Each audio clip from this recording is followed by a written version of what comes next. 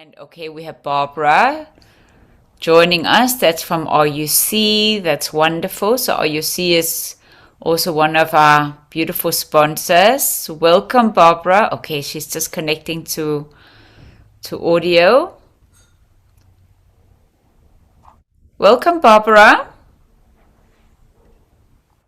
Good morning, Karina.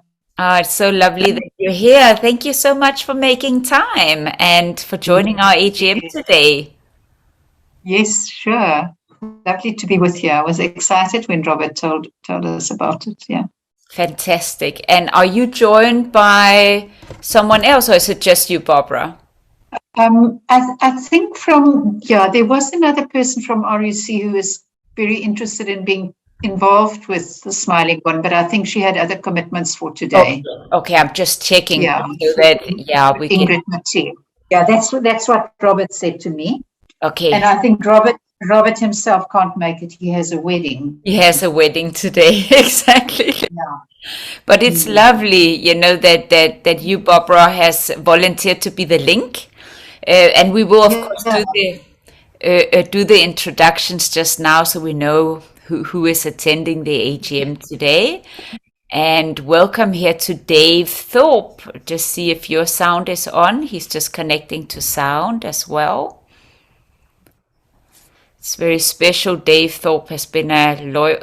Good morning, Dave. Welcome to our space. Welcome to our AGM. How are you? Oh, very good. It's so nice to have you here. I mean, you've been, such a beautiful friend and loyal supporter of Smiling One for so many years, from actually, I think, the very beginning. Thank you, my friend. So thank you. Always a pleasure. Thank you for being here. Sure. Beautiful. So I think that we should get started, and we will get into all the introductions as well. But first and foremost, I would like to just welcome all of you today at our Smiling One Foundation annual general meeting. This is for the financial year 2021-22. And for me, this time of year is like a pause, to really celebrate. Not that we're not celebrating every day, but just really to sit with an overview of an entire year of our projects. So we're celebrating our projects, we're celebrating our beneficiaries, we're celebrating their incredible courage to engage change in their lives and really to step into this journey of what it means to lead change and lead themselves.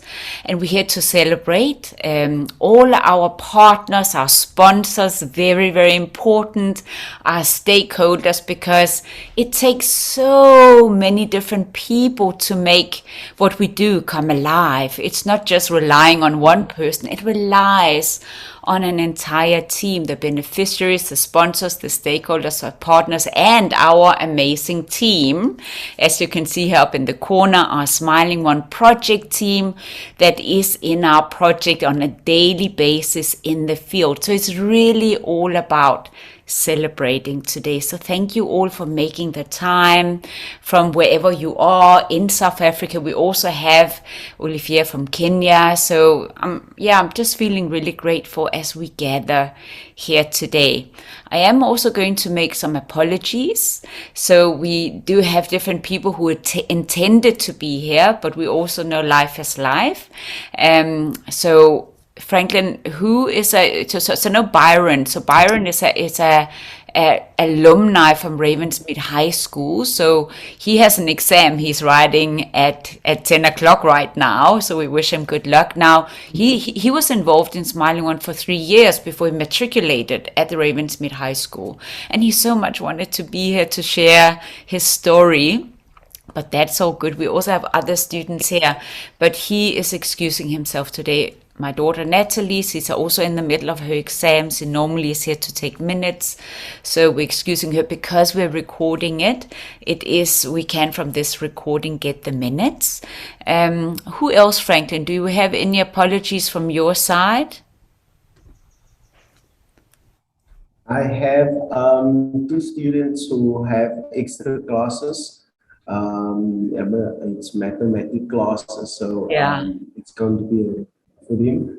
I also have another student who came up with a personal matter, and another student just apologized for something came up with her. Okay, thank you so much. And I also know that like the Kirsch Foundation, that they often want to attend our AGMs, but they're not always able to. So we're thinking of them. They're a very important partner and sponsor in our projects and making really, especially the Ravensmead project happening. So we are also excusing them today, and we'll send them the recording as well. Robert from RUC has excused himself. He has, though, and we welcome the RUC team. So Barbara is the link to RUC.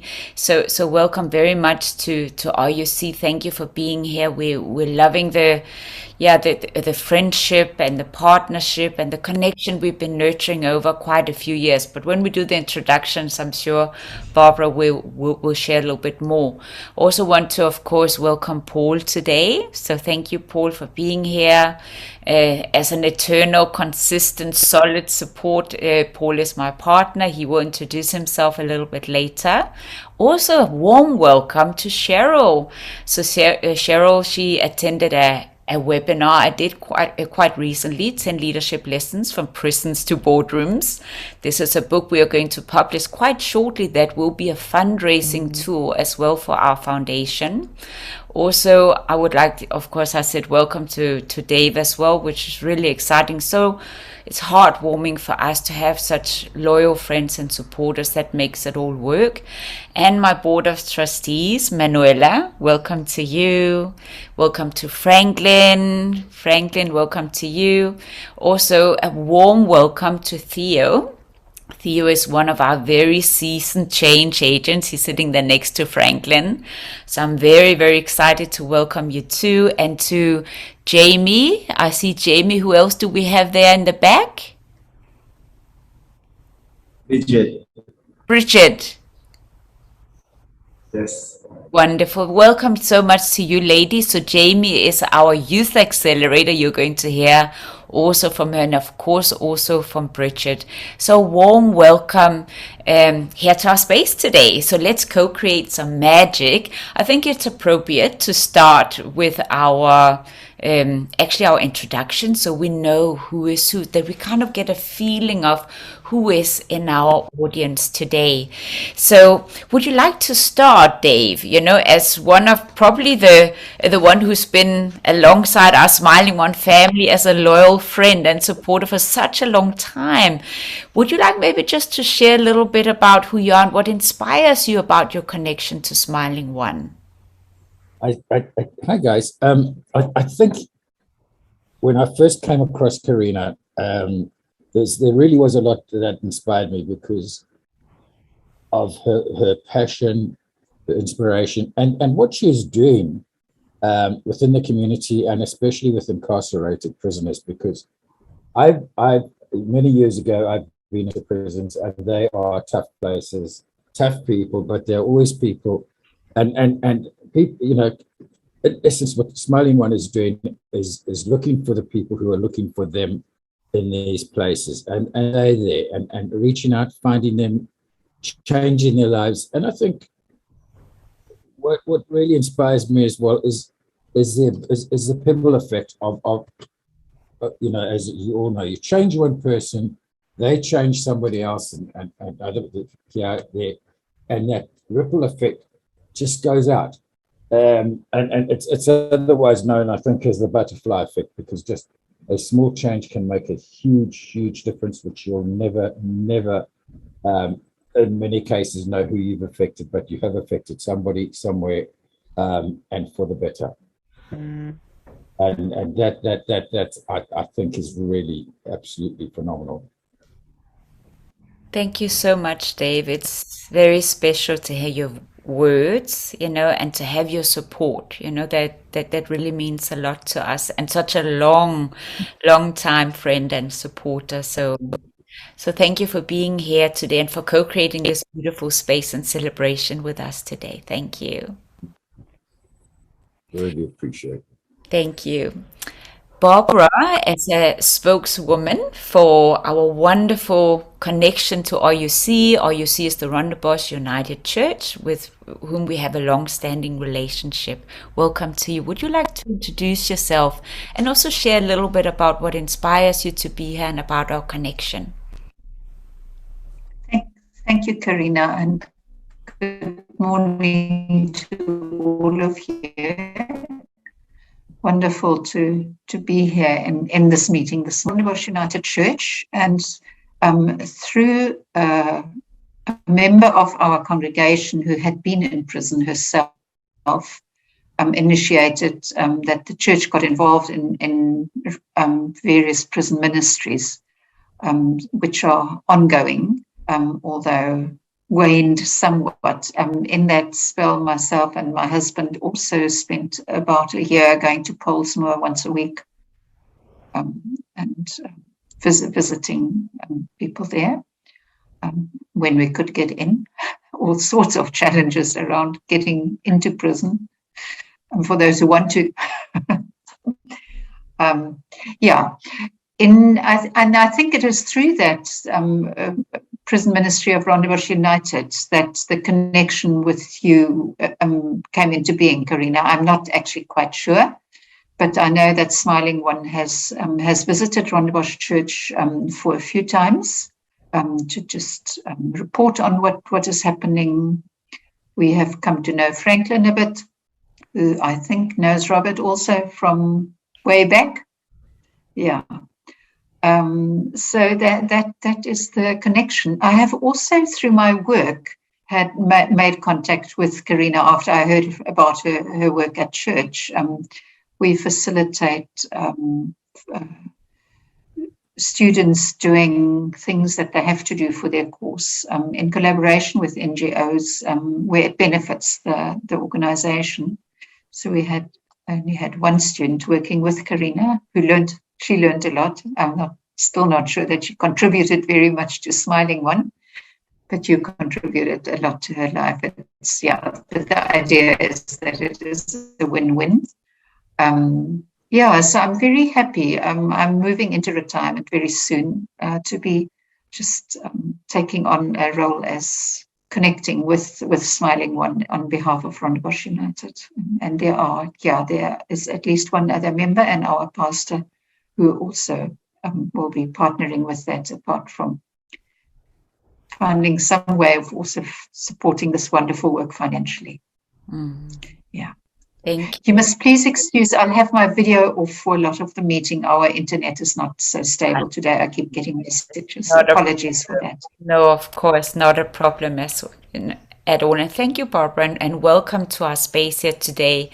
And also, yes, we really celebrate the connection with RUC. In many ways, we know Robert really, really well. Also, of course, and Franklin can a little bit later also speak into that. And we'll speak about it also in our prison portfolios. At the moment, RUC is really helpful in helping us to have funds to go to prison because our prison portfolio is not funded. So it's such an incredible help to make sure we can drive that car and fuel the car and get to prison. So that's why I'm saying it takes all of us to kind of make it work. So thank you so much for being here on behalf of Rondebosch United, Barbara. Welcome. Thank you. It is a pleasure. Lovely. Paul, would you like to share a little bit? I'm just taking the screen, so I'm going upwards like that. So would you like to share a little bit about your connection to Smiling One? Thank you, my love. Well,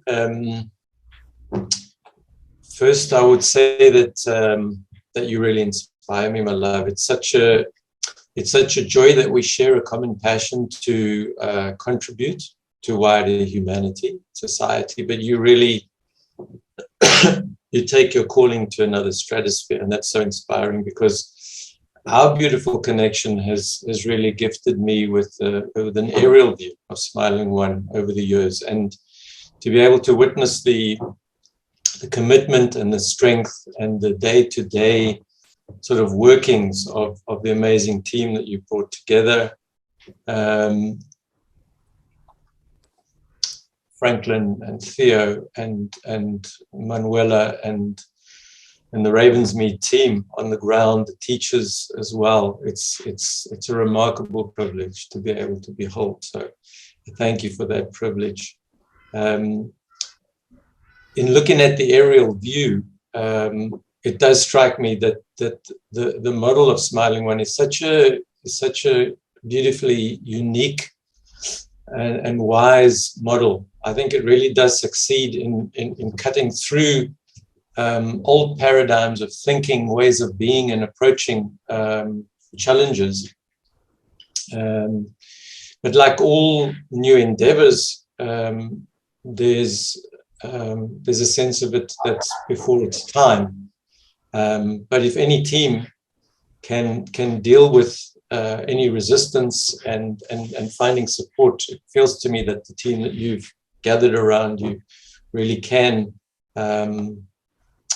bring society and government to this moment where, as Dave was saying, this calling to parts of society's family that have been left,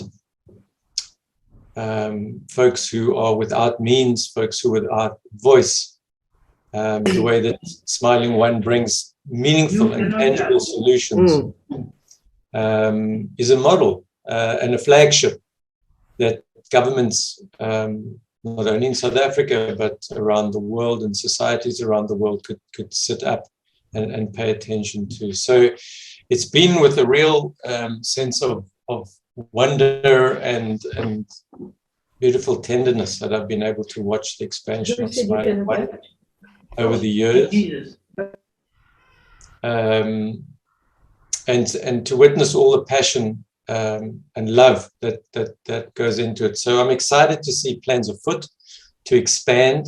It feels like humanity could really do well and benefit from more exposure and more expansion into the prison system and into schools, beautiful mentorship programs. So it's a great pleasure to be here amongst you all, and deepest bow to you, my love, and to all of the amazing people who support your project and your amazing team who are in operation day in and day out. Yeah.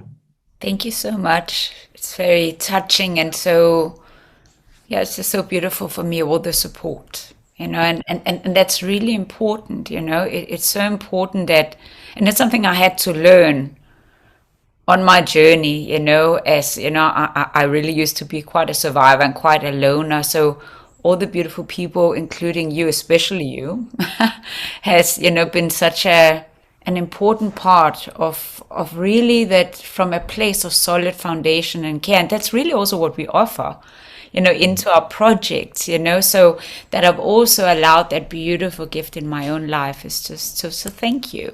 Thank you. Cherel, welcome to you. Would you like to share? And I'll come to you just now, Louise. I see you've just joined us.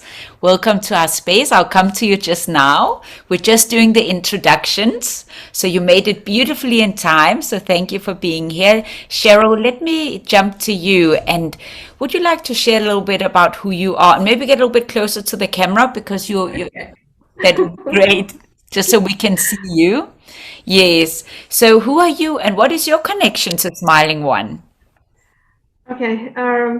First of all, my name is Cherel Jacobs. I'm an ex-teacher, so I've got this huge passion for kids, for learning. But because of what happened in South Africa many years ago, as most of you maybe could, relate to the riots and all of those kind of things, there wasn't really a space. So obviously I then resort to the corporate world, but learning was always the passion. So in the corporate world, it was always about learning. And I worked for quite large corporate companies. And last year, October, I decided I just needed to do my own thing. I needed to give back. And where I was, I couldn't give back. So this year, January, I decided to form my own company. And I would say what I really want to do is the skills development. So it's just purely, I don't know whether it was God sent or by accident or how it happened that I met Karina. But just to give you just a little bit, a brief about that, my entire family is in correctional services. So from my husband to my 3 brothers-in-law to my late father-in-law, just everybody's there. They educators, wardens, you name it. And I've heard some amazing stories, and I'm speaking about, in fact, they were at all the prisons. So it wasn't just, at one prison. It's Brandtvlei, it's Pollsmoor, it's Drakensberg, it's Caledon, you name it. And I was always fascinated by these stories. Some of them, yes, they were really horror stories, but I always felt that somehow there's some good in some people.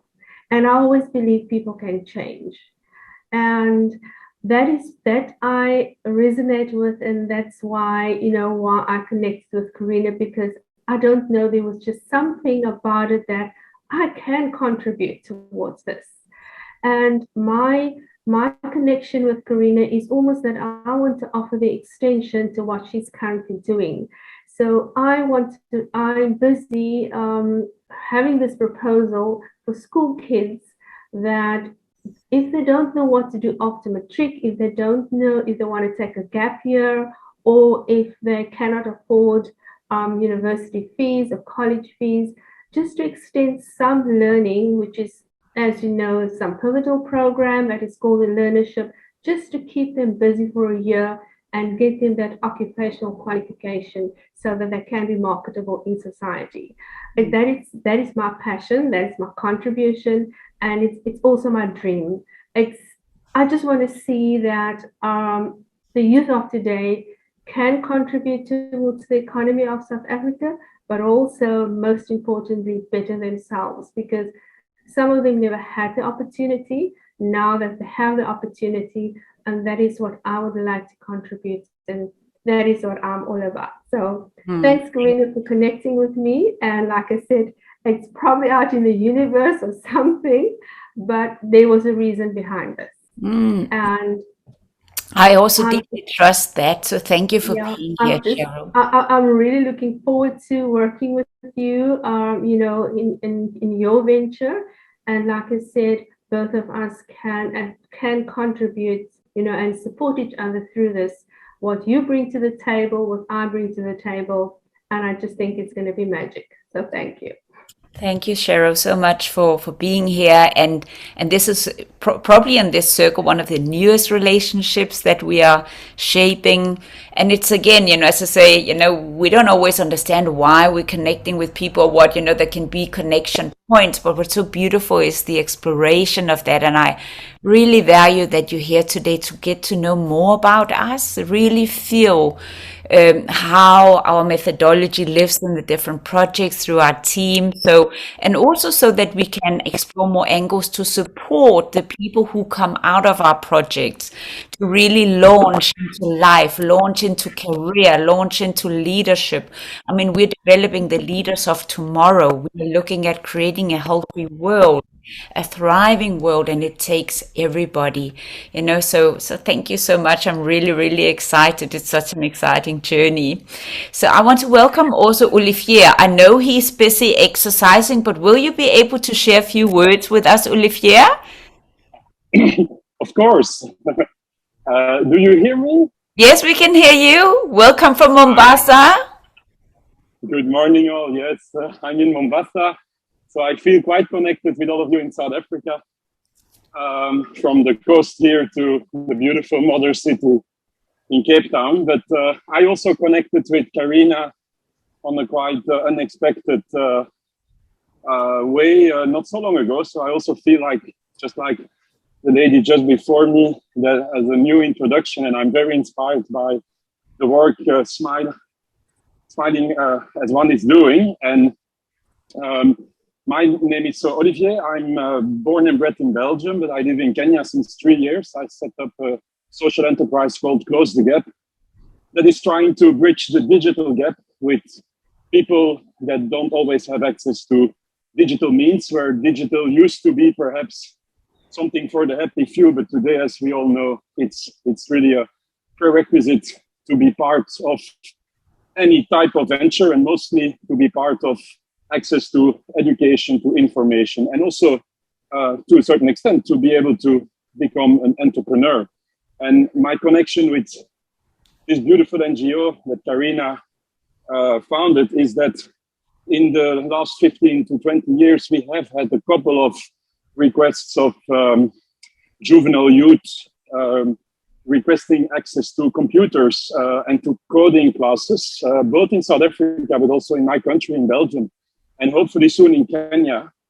And I've seen, just like some of the people previously here on the Zoom call mentioned, how this is opening also very specific new hopes and aspirations for people in detention. And in this sense, I also see the connection with your organization as a kind of a joint, to call it like this, business development between our two enterprises, our two social enterprises, to see what we can specifically do in making at a larger volume and larger impact, benefiting juvenile youth, to coding classes, to technology, to also prepare them for the way back to freedom and for becoming self-reliable by actually taking their destiny and their professional ambitions and passions into an actual, I would say, realization using technology as a lever. And I'm very, very proud to be here. And indeed, I'm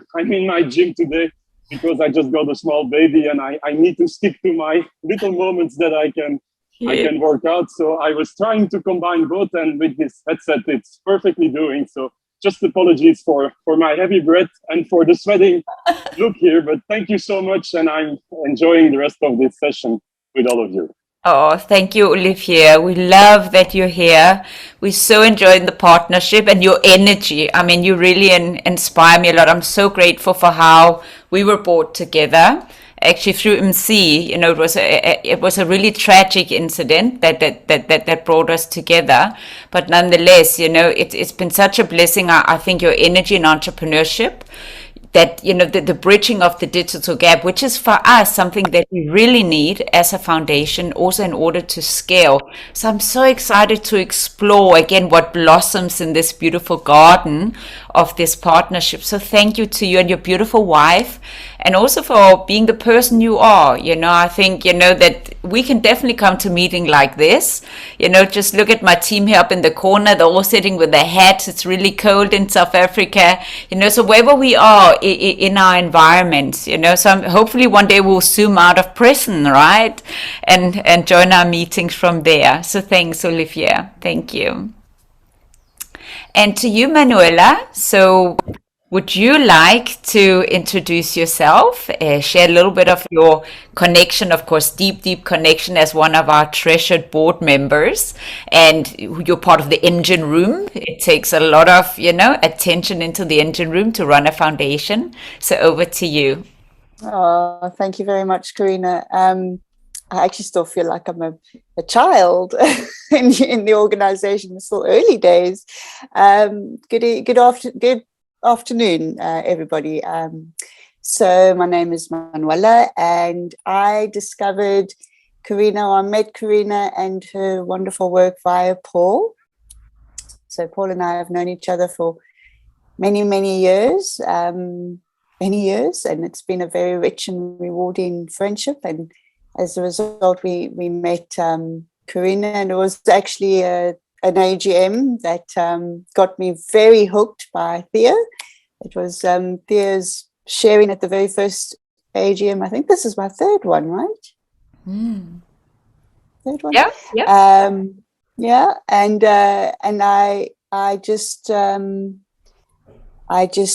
I mean, you could say I just fell in love, actually.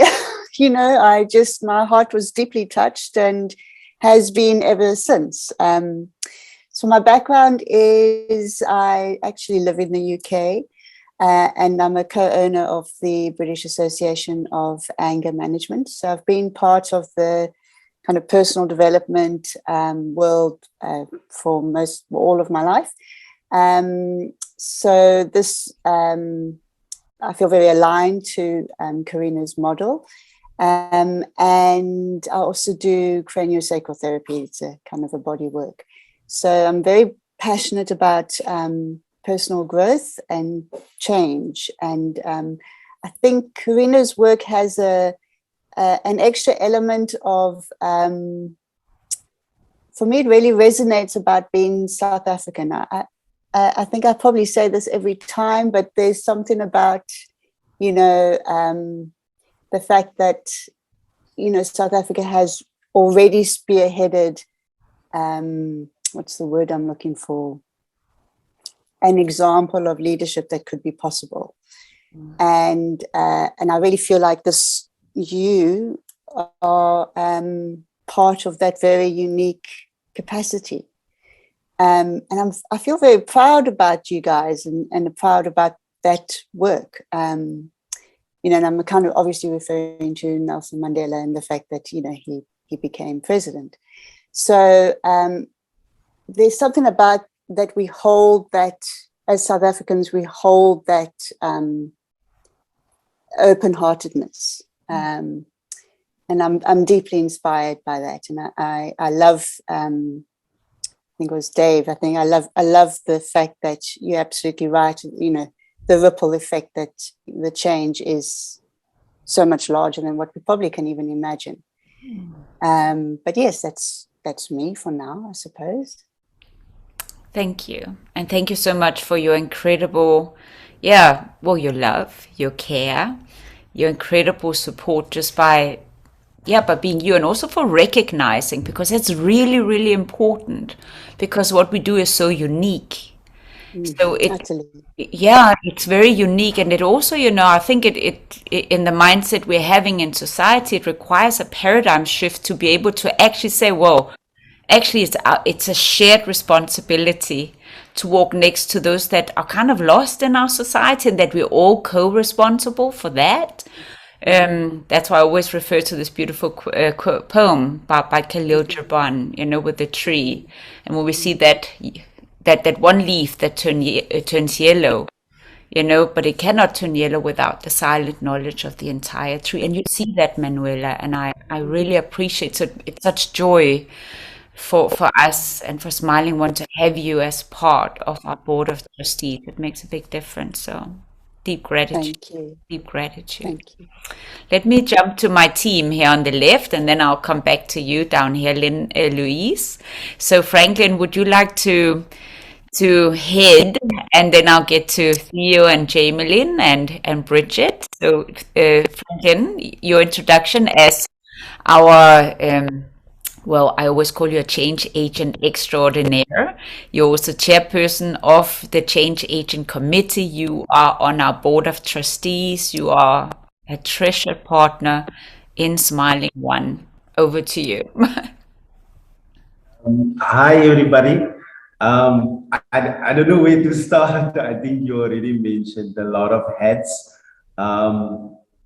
I think I should start with Franklin Iso, and since everyone mentioned where they met you, I only think it's fair that I also mention where I met you. So I met Karina in 2009 in Brandfly Maximum Prison. I think that the tilt of the scales was that she was introducing emotions into prison. You know, it's a place where the realization or the awareness of emotions is quite scarce, and I just felt honored to be part of a process where emotions can be embraced, where it can be welcomed in a place of darkness, in a place of quite chaos, and just my phrase is just we found love in a very strange place.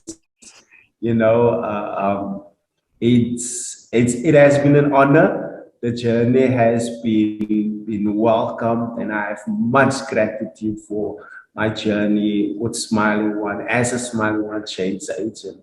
I think that you never realize to what extent change can affect your life, and you look at yourself, because I was quite a vivid guy. I would like to write things down, you know. And if you look like 10 years later at these written notes, or these visions, or these goals you have for yourself, you can really see yourself in a different light. So I have much appreciation and gratitude for the change in the journey. I think that as being with the committee, and because why the committee also deals directly to parolees and their journey, you know, I think that I fell in love with the possibility of change, to see really the guys that puts in the work, that puts in the effort, because why change is not easy. It's simple, but it's not easy. So just to see the work behind it, you know, the effort and the energy behind it gave me a high appreciation, not just for my journey of change, but also for other guys who comes from the darkness, who comes from a criminal background, to really move in a direction where they can add value and principles, not just to their families, but also to society.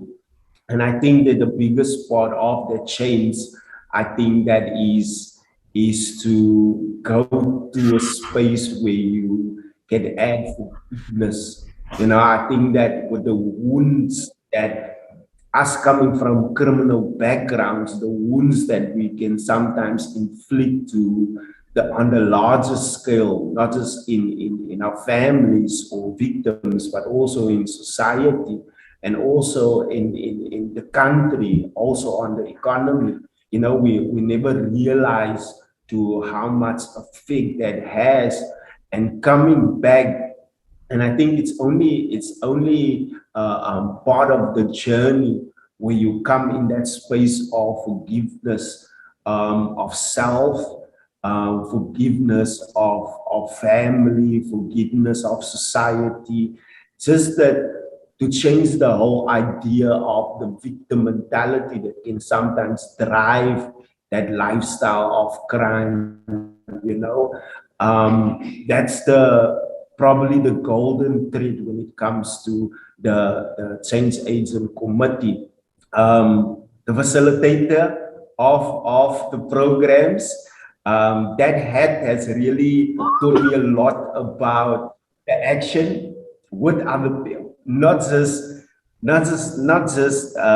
those who want to do the Smiling One programs. I think that just the interaction with people in general, you know, as a human being, you go through a lot of experience where you kind of like lock yourself off, where you have a lot of distrust. And I think that interacting as a facilitator really opened me up to welcome any movement in human being exchange, human being interaction. And you don't get that welcome, or you don't get that gratitude or that magic once you don't have that trust, you know. So as a facilitator, it really opened my mind, and to the different characters, to the different people you meet, how acceptance, how allowance, how just the embracement of unconditional magic. Because why? It's me as a human being. I'm very little compared to the magic that lies out there for us as people. As being part of Smiling One projects, both inside, outside of prison, both in communities, both with individuals, I think that that has really showed me my skill. And I'm not, I've discovered, so like I said, science is simple yet not easy. I've discovered the skill of communication. I have discovered the skill of human affection. I've discovered the skill just sympathy, of just togetherness. You know, I've discovered a lot being part in projects. So I just have this whole ball of gratitude, you know, for the whole journey from 2009, and to board members, friends and families of Smiling One, the RUC team, who has been instrumental in the journey of change in my life. The change agent, fellow change agents like Theo, you know, the accelerators that was born out of the projects like Jamie, the student each day like Bridget. I remember this year especially, and I will talk more into it. It was so magical when the students kind of like gave me a birthday gift, you know, something never expected. But that's just how the flow of change and just the magic of the level of interaction once you arrive to that point or that station of change can bring. So yeah, I'm showing gratitude and appreciation to everyone that's part of the Smiling One family and friends. Sure. So such a privilege, frankly, and very touching, and also such a testimony of what's possible when somebody takes on the baton of change, you know, and engages change to probably the max, you know, because everybody will gauge change differently, and that's fine. But it kind of showcases what we provide, which is an enabling platform. Because Smiling One is not necessarily, even if we hire the change agents, but we are an educational platform. We are an enabling platform to develop these skills of life, of learning, of how to be in change, how to move in change, what to do with it. So it's profound to see what you have done with change, that opportunity of change. So thank you for letting us all be part of that magic that takes place. It's a real privilege, Franklin. Really touches me deeply. Theo, over to you. Would you like to share your magic of change? Is my sound fine? Okay. Yes. Okay, I'm just checking. I hear a little bit of feedback on the sound. So Theo, tell us a little bit about who is Theo, the change agent, and what's your connection to Smiling One as an introduction. Morning, guys. Morning. Oh, Franklin, they have said a lot, but anyhow, I must say something, because me also, I met this beautiful, I would say Smiling One is my second family. I met the team, Karina, it was same year, 2009. I was, I met with the guys at the right time, because it was the darkest moment of my life. And I never thought I will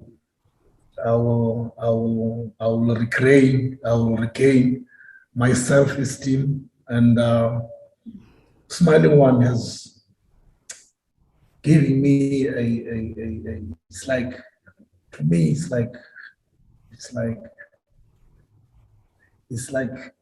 a virus that has healed, you know, the illness that I was struggling with. You know,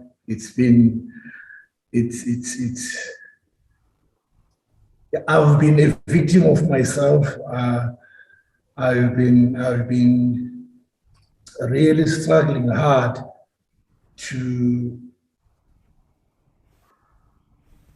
find ways and means, you know, of trying to change my life. And I didn't have any direction. Yes, the hope was there because of my dreams was still there because of I was having a small daughter by the time I was serving my time in correctional back then. So by meeting Smiling One, it was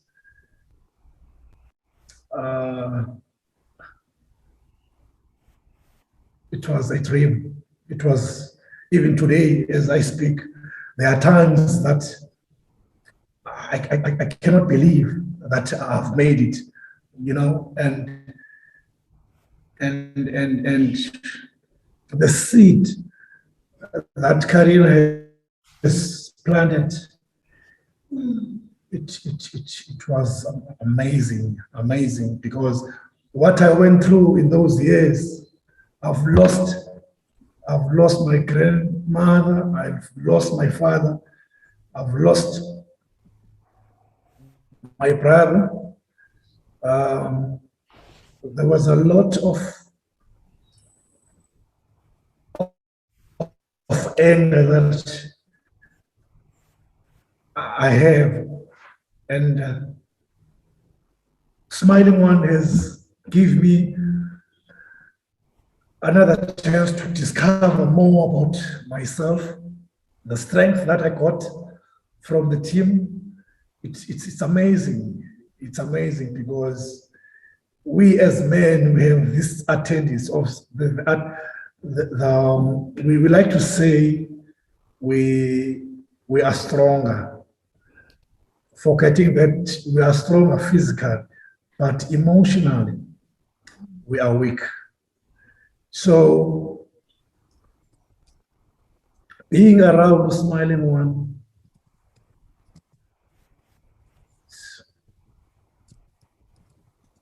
it's hard to find really, because on this year I was celebrating my 5th year, you know, enjoying this freedom, you know, with the skills that I got from Smiling One. I'm saying it proudly, without any doubt. I'm done with crime, you know, because I used to go in and out of prison. It was painful to my family, and more especially to my daughter, because they are the one that they suffer a lot, because I couldn't play the father figure, you know, and that's what is happening worldwide. Children, they grow up without their both parents. And for me, you know, to get in and out of prison, it has made a huge damage, you know, to the society. But now I can see the difference of my present amongst them, you know. I don't have to say a lot about the change. They can see the change because the change speaks itself. But yeah, change is a process. I'm in the process and in a good, right direction. So for me to be among the Smiling One, it has given me a second chance to prove myself that I am not what happened, and change is possible. Thank you, guys. Thank you. Deep respect and deep honoring for your journey, Theo. Also in our annual report, we actually have a little article in case that we'll get back to that about your journey as well. And, you know, it inspires me because change, you know, it's like, especially when we're in those darkest moments, you know, that it's really difficult to see how do I do that. And I mean, we see it in our juvenile process at the moment as well, right? That struggle between, wow, the new looks, well, it looks great, but how am I going to do that? You know, if I'm coming from here, and to see your example, and also to see And I honor you for that also. You know, that as you are part of our team at the Juvenile Center at Brunfley, the incredible respect that these men have now, they see an example of change, you know, in the change agents, and it gives them that almost like a recipe, like, okay, if Theo can do it, maybe I can do it too. And that's really, really, really important that, you know, that our entire model is focused around the change agent and creating these, you know, amazing products of change to inspire the youth and to become wonderful present fathers, right, Theo? So thank you. Thank you for your work. Thank you for, and on yourself and the ripples that you're creating. Thank you so much. Jamie, welcome, my dear. So Jamie, I'm really excited because Jamie is one of our youth facilitators. He's a youth accelerator on our team. So Jamie, would you just briefly introduce yourself? I know you also have an article in our annual report that you also be reading out and sharing with our audience. So who is Jamie and how is Jamie connected to Smiling One? Hello everyone. I don't have much to say, but me, Jamie Martin, is a Smiling One Accelerator. I joined the Smiling One project in 2019. I was a total lost case, didn't know if I go or if I stay. But while doing the sessions for the few years, I learned a lot and how to be more open and how to deal with my problems. Being an accelerator, I didn't expect myself to be an accelerator because I didn't knew like children will look up to me. And while I being an accelerator, I learned a lot and how to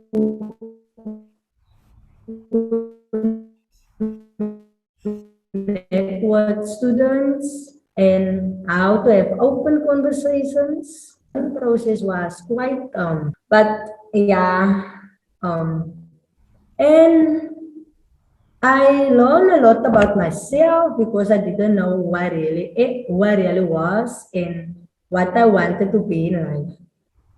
On my journey being an accelerator, I learned a lot about myself, and the most privilege is what I learned being an accelerator is how to deal with the people at my table and how to deal with my emotions.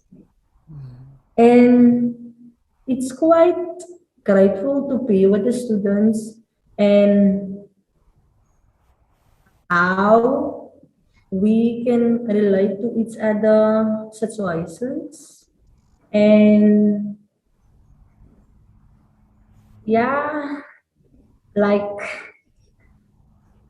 and what I'm grateful is that when they come into sessions, they are not other, how can I?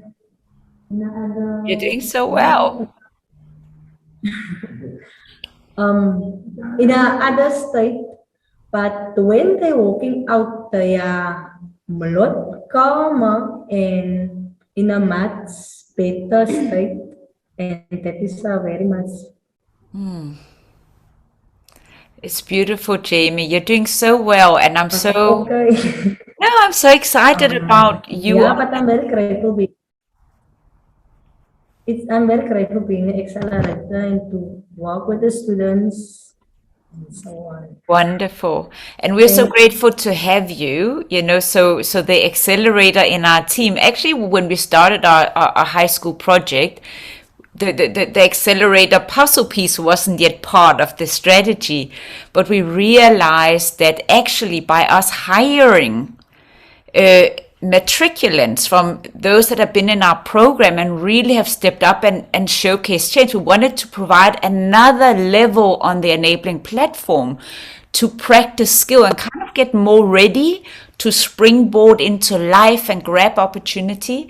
So here's Jamie for this year. We also had Keenan in the last year as an accelerator. So it's a model we want to keep building on and nurturing to build the skills, but also because, Jamie, you're a wonderful connection to the youth. It's very important to have bridges to the people we work with. So the same as you saw Theo and Franklin bridging to the inmates, so does an accelerator bridge to the student, because they're kind of like, they're more relatable, they understand each other. So we have such deep gratitude for you, Jamie. Really, thank you for being here today. Thank you. And also big thank you to you, Bridget, for coming. And I can't wait to hear a little bit from you. If you can tell everybody who you are and what connects you to Smiling One. Over to you, Bridget. Morning to all. It is a real pleasure and privilege to meet you all. I'm very thankful for this day because I've always wanted to meet like more of you guys, like in the team and so forth. My name is Bridget Kuti. I am now 15 years old. I attend Ravenswood High School, grade 9. I first met Franklin last year. It was my first day at school, grade 8. And Franklin came in and was talking to class and said if we like ever have doubts like in like life and we don't know what to do, if we have something on our heart and we want to talk about it but we have no one to run to, we can always go to him. And if we don't want to talk to him, there's always like younger people in the Smiling One program that we can go to. So at first I hesitated, and afterwards I told myself, no, I have really problems and I need some advice. And so I went to Franklin and more of the Smiling One people now. And I didn't really attend last year, but this year, ever since term 2, I've like really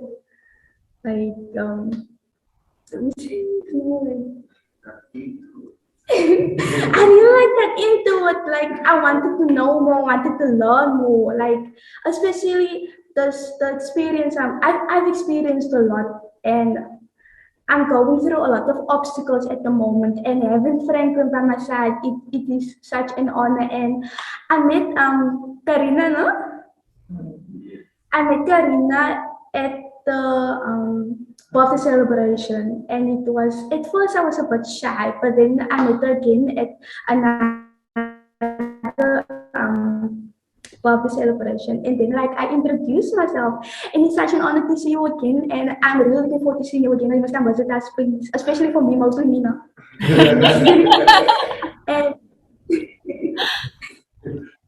it's really I'm loving that you're here. I'm loving your energy, and I'm loving that we have the presence of, and you as a representative of students at Ravensmead High that are, it's like change is like this big buffet here of eating of this beautiful table and the possibility of change, because as you said, all these emotions and life and obstacles, and to be able to have somebody to journey next to you can make all the difference. So thank you for also enrolling yourself every day, Bridget. Hey, because sometimes we can kind of feel, whoa, it's just too much, or we step away from change for a moment, but we just got to re-enroll every day, and then it gets easier, So to be in the journey, as we call in our Smiling One programs, that we really step in as not just a student of Ravensmead High, but a student of change. So I celebrate you, and I celebrate Ravensmead High, my team. I also just want to go to Louise before we step into the actual presentation of the report. I always like to spend some time in the introductions, because it's so important that we have this meeting place, that we feel each other, and you can already feel the project alive. You can already feel the change and the ripples. Louise, would you like to share a little bit about, and welcome to our space today, would you like to share a little bit about who you are and what is your connection to Smiling One? Okay, I belong to Rhonda Roche United Church, and through them I met you and Franklin. And on one occasion, Franklin and somebody else brought a movie which we looked at in the evening. Finding Freedom, yes. Yes, it was absolutely amazing. I have connections with prison through members of my family that my daughter-in-law was in a very unhappy setup, and she landed in Polsall. She's still there because of endless delays with transferring her, but now at last she will be transferred to Worcester. But so it's kind of a personal interest, but I am so heartened and delighted that this program goes on.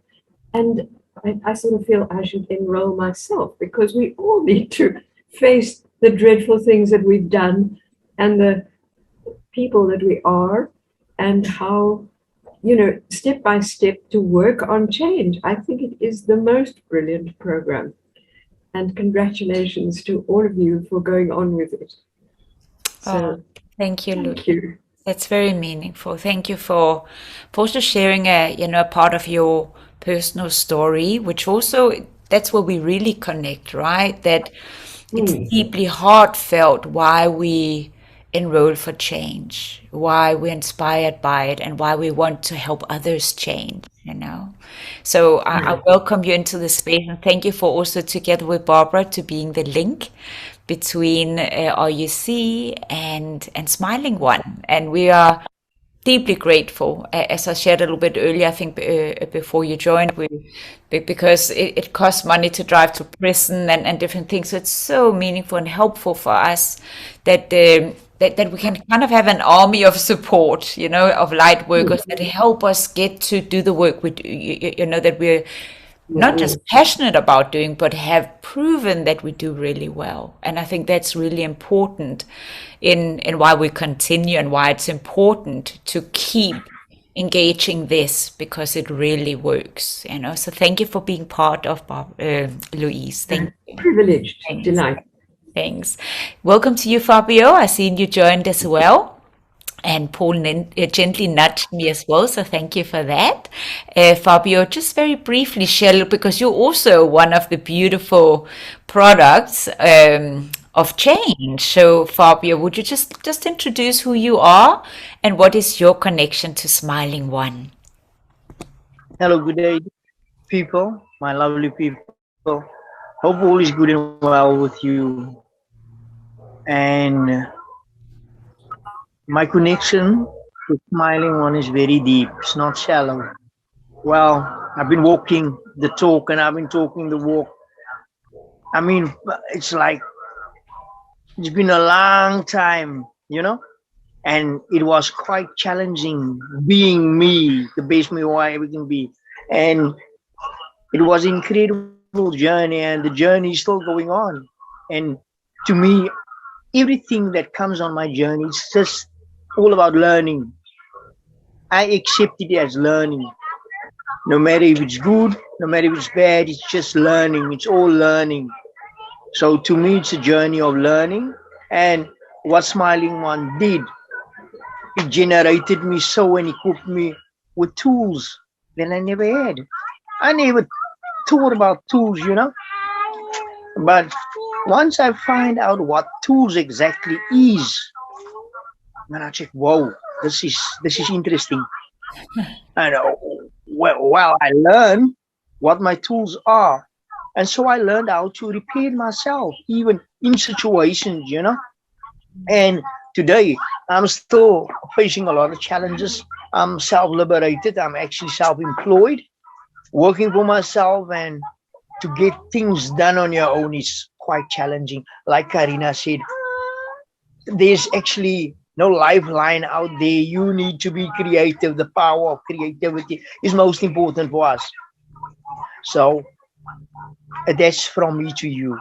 Oh, thank you, Fabio. So appreciate that you're here today, that you were able to connect also via Zoom. That's really meaningful to us, and we love that. And also, so Fabio is a great example. So we met in Goodwood Prison many years ago. I think more than, about 10 years ago. And when Fabio came out, he went straight into parole support with Franklin. So I know Franklin and Fabio has been journeying quite deeply also in your community in Belar, so it's so beautiful to see how the support of change on that journey, how important that is. And you recently went with us on a hike on Lion's Head. We like as a team to speak to the mountain, to let the mountain show us where do we still need to work on ourselves. And we have a lovely session on the mountain. So that's the space, so it's support and guidance, and to have that secure base, actually, that we know we have a family, like a second family. And I think, when I listen to all the beautiful sharing today, also from the changes, especially for the changes in terms of having that, what a big difference that makes for us. And just lastly, I've let you all introduce yourself, and I welcome you all. I'm Karina. I'm the founder of Smiling One, and for me, it's such a privilege. Really, I really learned by my South African journey that I am because you are. And I think just in the introductions is such a beautiful testimony of just that. And I have really found my purpose and really got in deep touch with that fire within me through this work. And I had no idea, really, as I immigrated from Denmark, that this was going to be my life's work. I had no idea I was going to go into prisons, so I came here more than 15 and a half years ago. And my life looked in a certain way at that stage, and within only a few weeks of being in South Africa, of arriving, everything changed. So change pulled me and said, okay, Karina, it's now. I still had no idea what change meant, but change summoned me, and it's been profound to walk the journey and to trust the journey. And you all here, as we celebrate this today, for me, it continues to be a celebration of all that is possible when we follow our heart, when we learn to follow our heart, and that we let that, and Rumi says that so beautifully, there's this strange pull inside of you, and let it lead you and guide you, and it will not lead you astray. And I follow that deeply in my journey and my heart, and I'm very excited about where we're going and what is still going to happen, because we have big and bold dreams. And I think the pandemic has been such a beautiful time of resetting. We've still been very active, but really saying now it's time. We have a powerful recipe, and it's time for the next level of that. We want to scale big time, and for that we need a lot of support. So this is just, for me, the beginning. Even if we've been active for 14 plus years, for me it's just the beginning. So thank you so much for being with me here today as we start the journey. And as is customs in an AGM, I also just want to highlight last year's AGM and minutes, that we're just going to adopt them. I'm going to share my screen. So I'm going to go on to screen share now. And so are you all able to see my screen? Yeah? Yeah. Okay, great. Okay, so on this screen, what I'm just going to show you in terms of the minutes of last year, but because of the beautiful gift of technology, you see, so because we recorded our last year's AGM, and I am going to avail to each one of you the link as well, so we would have here the link. I'm going to post it into the comment section here. So I'm going to just put that into the chat. Okay, everyone in the meeting. So that is the actual YouTube of the last year's meeting. So you'll be able to see here on the side, there's the transcripts, which we're using as the minutes of the meeting. So if you're curious about the last year and about the minutes, you're able to go in, and it's all here minuted step by step. I mean, that's just, it's amazing what technology enables. So I would like just to, that we are adopting that as the first step, that you see that we do have the minutes of our last year's AGM, because that's very important for Smiling One. Our governance is extremely important. We take that, we obsess about governance. So to having this tech tool is very important. So could all just help me that we are adopting and happy with the governance around our minutes and our meeting from last year, that we're adopting that officially. Yes, and especially the board here. Thank you so much. I appreciate that very much. So I'm going to go into the actual presentation of our annual general meeting, and you all have access. So I've sent you a link to the report. You would have it both in PDF. It's also accessible via our website, via our academy, the Circles of Change Academy, SOF, the link into the NPO. What is also really important to understand about Smiling One, so Smiling One has also, as Franklin says, he has different hats. Smiling One both has a business side, but it has an NPO side as well. And this is where we are meeting today. We're meeting in the NPO, where we're taking you through an amazing year. So, and you'll also see, Franklin asked me here the other day, so what is kind of our symbol for the year? And you'd see this hand and this heart following us all the way through on this guided journey of our annual report. So I'm going to start it, and we're going to adopt also the annual report. I won't be the only one speaking all the time. You're welcome to ask questions as well. I'm going to also let my team help me in the presentation of the different projects. So, and you'd heard Theo also say that we are not, I'm not what happened to me, and I think that's our point of view, our POV, and this is really our starting point. This is really what we help facilitate, that it is your choice who you become, regardless of the journey that you walked. Now, what we provide, so we want to always provide clarity, that everybody understands what it is that we are doing as a foundation. And when we go into any project, so that there's no confusion about, we're very clear on our why, our how, and our what. So we, as you could hear, also what we provide is an enabling platform in South African high-risk environments. So you hear our prison project, our school project. We also provide our skill team of Smiling One change agents and coaches. You've met them today as well. You also see the impact they have in their environments just by speaking to two of the youth. You've been able to feel and touch that space, how important that is.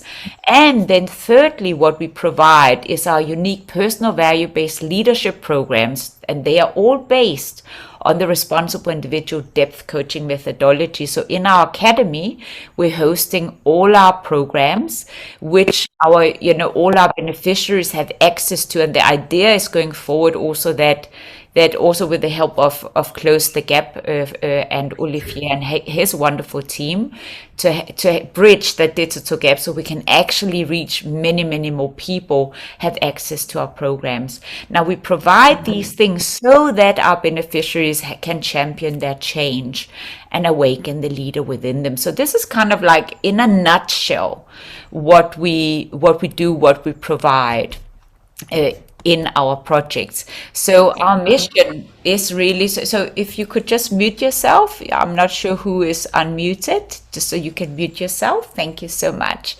So our mission is to support those most vulnerable in our society. And we see those most vulnerable as those that have gotten lost, on the journey. And we do that by equipping them with tools and leadership skills to grab opportunity and lead lives that impact positively.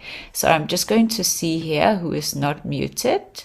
Okay, I think I got it. Okay, so I'm going to take you through the report now. And this is just the content page, and you'll be able to revisit that as well. So here we go. Now, I've written a little greeting just to welcome you into the space. And it's interesting with the pandemic is that it's of course challenged us greatly, but as you also heard Fabio say, that we see everything as learning. So when we're challenged, we know that it's really a space where we're called to show ourselves worthy, as I say, on the playing field. So we really use it as a gym for optimal performance. And we're not just talking about, grades. It's not really about that. Of course, you will when you perform well for your well-being and that's where it starts for us, performance of well-being, then anything else from there, when you operate, when all is well in your being, then at school you perform better, in your job you perform better, as a change agent, you, even if it's challenging, because we educate entrepreneurs, you know, that's one of our, like the big energies in our program, it really cracks open the entrepreneur and people, and from that place to be more creative and collaborative and understand. So where do I get to with this change is quite exciting, but that's where it starts. So as I say here, that in our evidence-based approach, it's really about profound transformation, and it really keeps us also focused. You know, it's that focus that we have in whatever we do, and this report is a celebration of what we have achieved together with our team, the partnerships in high-risk communities, with our beneficiaries, and very importantly as well, our sponsors, our friends, our loyal supporters. And you are amongst those here today, and of course also everybody else, so that we together can build this foundation for lasting change. And what's really important when we speak about lasting change, that I think it's something that we got quite early on the journey, that change is not a quick fix. It's not that you go in and flip a switch, you go into somebody's journey. It is a long-term approach. And that's what we provide. We don't do, I always call them hot showers. I call motivational talks hot showers. My team will know that. And a hot shower feels good for a moment, right? Oof, it's so nice. And then a moment later, it's cold again. And we are there to activate the motivation within the beneficiary, within the students, those that journey with us, so that they can continue this motivation on their own. So it's self-sustained. And that's what we aim to achieve.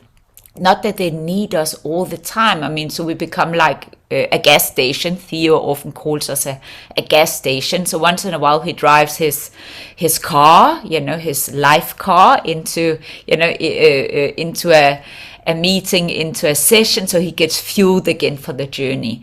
But every day it's about, you know, we're alone with our journey normally, and that's where we got to be able to engage change. And that's what we help blossom in our clients, so that they have this lasting foundation. And as I say, I'm really excited because in this year we've just had, we've managed to relaunch our projects inside prison. Because of the pandemic, we were paused for a couple of years. And of course, in that time, we really used it to upgrade our academy, to bring everything online, to reset our approach. We were very busy at Ravensmead during that time in this high school project. And I'm excited that because we need more change agents, because we want more school projects, right? And our school projects are run by the change agents. So in that model, which really is what differentiates us and our impact recipe, and I'm sure you can feel that already through the introductions, we need to invest much more in getting a team of, imagine with me a team of 100 change agents that we get into different schools and into our communities. Imagine 1,000 change agents, 10,000 and so on. There's no limit to what we can co-create. So that excites me, because achievement is a joint venture. So just our year in a blink, and it just helps you to see just in one slide some numbers. So these are the active projects. So the school project at Ravensmead High. So we have both an intensified process and a light touch process. We are going to show that a little bit more clearly to you. So in our intensified process, these are the students that were in direct. So like Bridget is an example of one-on-one sessions, and after, so our Smiling One Club, which is after school session. And then we have exposure sessions where Franklin goes around. So there'll be 2, 3, sometimes 4 exposure classes per day. So Franklin and Jamie travels into the different classrooms, and they give in a class that has been developed for our team, that then expose the students to the possibility of change, to our projects. We also have, of course, the teachers enrolled. So last year we had 9 teachers who attended our sessions, and Franklin will speak a little bit more about that later, why that is is so important. So we've had 1,840 project hours here, and then in the middle you see the prison project. We had quality assurance for 5 centers, so we can actually operate in 5 centers. However, we don't have funding yet, remember. So we have just activated 1 prison project for now. We have 40 juvenile offenders active at the moment, and via the prison radio, basic radio, we're exposing, they have a footprint of 1,500 inmates at that prison. So it actually, one of the inmates, he said, well, the reason why he was there was because he heard via the radio. So he was trying, he asked the social worker, he asked other guys, how do I get to the Smiling One program? So it's just to give you an example of how the exposure is important for us to market our project at the prison, which is fairly new in the second round of launching into the juvenile center. And we spend every Tuesday there. And as you can see on the right, you can see a picture of Keenan with Franklin, and he was part of the Accelerator team last year in the project, and then Jamie this year in the project as our youth accelerator. And what I'm excited about is the opportunity, of course, to create like jobs, to create contracts, to educate our team. And I think you had a really good feeling of what that means, the skills development that takes place in our team all the time. So we've had 2 change agents and 4 accelerators active in our project the last year, and I have been active. I am the COC educator. That's me. So let's go to the next slide. So this is our project team. I'm just going to give you a view of that. And you see here Lenita and Keisha. They were in just for a short period before they springboarded into their education. So of course we aim for, just to help them alongside their journey. So some will stay with us for a full year like Keenan did and like Jamie would do. And like Lenita and Keisha, they already had something lined up from March as part of tertiary education or learnerships. So, and just here on the right, I also just want to highlight, the values. What we teach is personal value-based leadership, and it's something that's really core to our team. We keep workshopping, we keep learning as a team and growing alongside our project. You would have heard me say how in the beginning of the school project, the Accelerator wasn't a puzzle piece, but because we learned from the project, it soon became a very important puzzle piece in our project. And that's how we keep learning, we keep adapting to change ourselves. So now I'm going to, this will be my first handover of presentation to Franklin. So this is from one of our session hikes, actually quite recently. So Franklin is going to share with you a little bit more about the power of the change agent recipe. So this is the article. So Franklin, can I hand over to you for a moment to just go through, you decide if you want to read it or just talk into it. And there's 2 pages here. So over to you, Franklin. Thank you, Karina. I think I would take it step by step, I think that the first time when we wrote this article and Karina co-wrote it with me, I think that Karina sent it to me like in 3 times, like just to rewrite it, to shorten it up, make sure it's digestible. I think there's a lot to be said. But the beautiful thing about, and I think that all of our change agents comes from a place of, and the word bad choices might just be a limitation of a better word. But I think that we come from a space that we have dwelt in quite a dark space in society. We've been affected and wounded, and you realize that even while being there, as growth being a natural process, you realize that you have a lot more to offer. And our greatest intentions as change agents is to move towards the light. Different motivations behind it, but we come from the darkness and move towards light. And because while we have practiced darkness for such a long time, it's challenging to kind of like move to the light, and you really have the recipe, have the tools, or understand how to get yourself into the light. And as Theo has also mentioned, just the direction in which way you should go, you know. That's the real magic. Once you hit that spark, you know, once the flicker, once you've seen the beacon, you've seen the light, you've tasted from the light, it's like something just magical happens out of there. And I think that the recipe can never be really told. I think that you can always be shown the way as we do it in togetherness, so as we do it along with other people. But just that the recipe, man, that moving from darkness to light, applying change in your life is so highly effective. Because while Mentia was talking, once you've just tasted that change, and once you have seen the outcome and the effectiveness, not just in yourself, but also with your family, you know, also in society.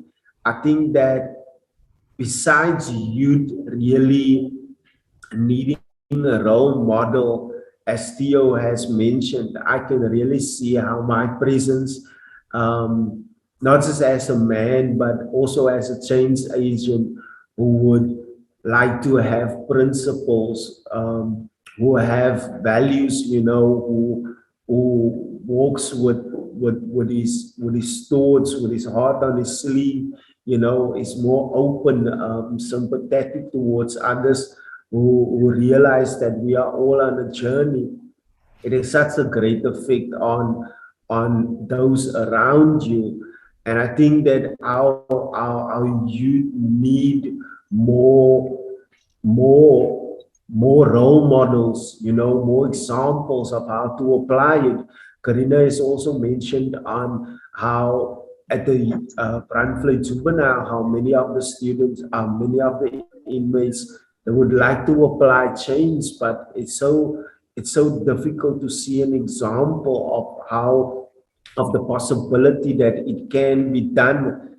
And just that understanding of what youth goes through, or that missing link, that recipe, that example, that guidance. I think we as change agents have a beautiful understanding of being part of that process, where guidance and support played such a massive role in our process of change.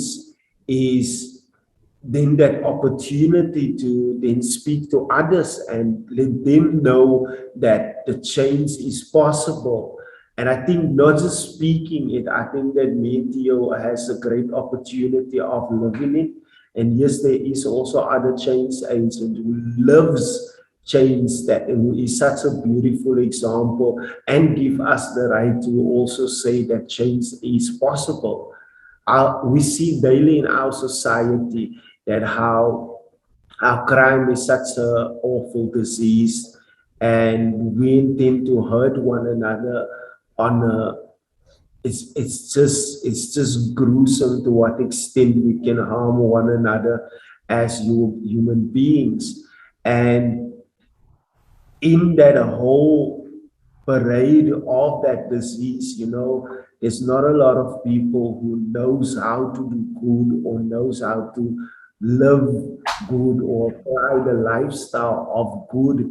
And I'm just saying good for a lack of a better word, but there's so many more things we can apply in assisting and helping our fellow human beings, feeling safe, feeling free, feeling accepted in our society, that can elevate them. And we see in our society, it's easy for everyone to say, well, that's how it goes. Well, that's how things is, and everybody does it.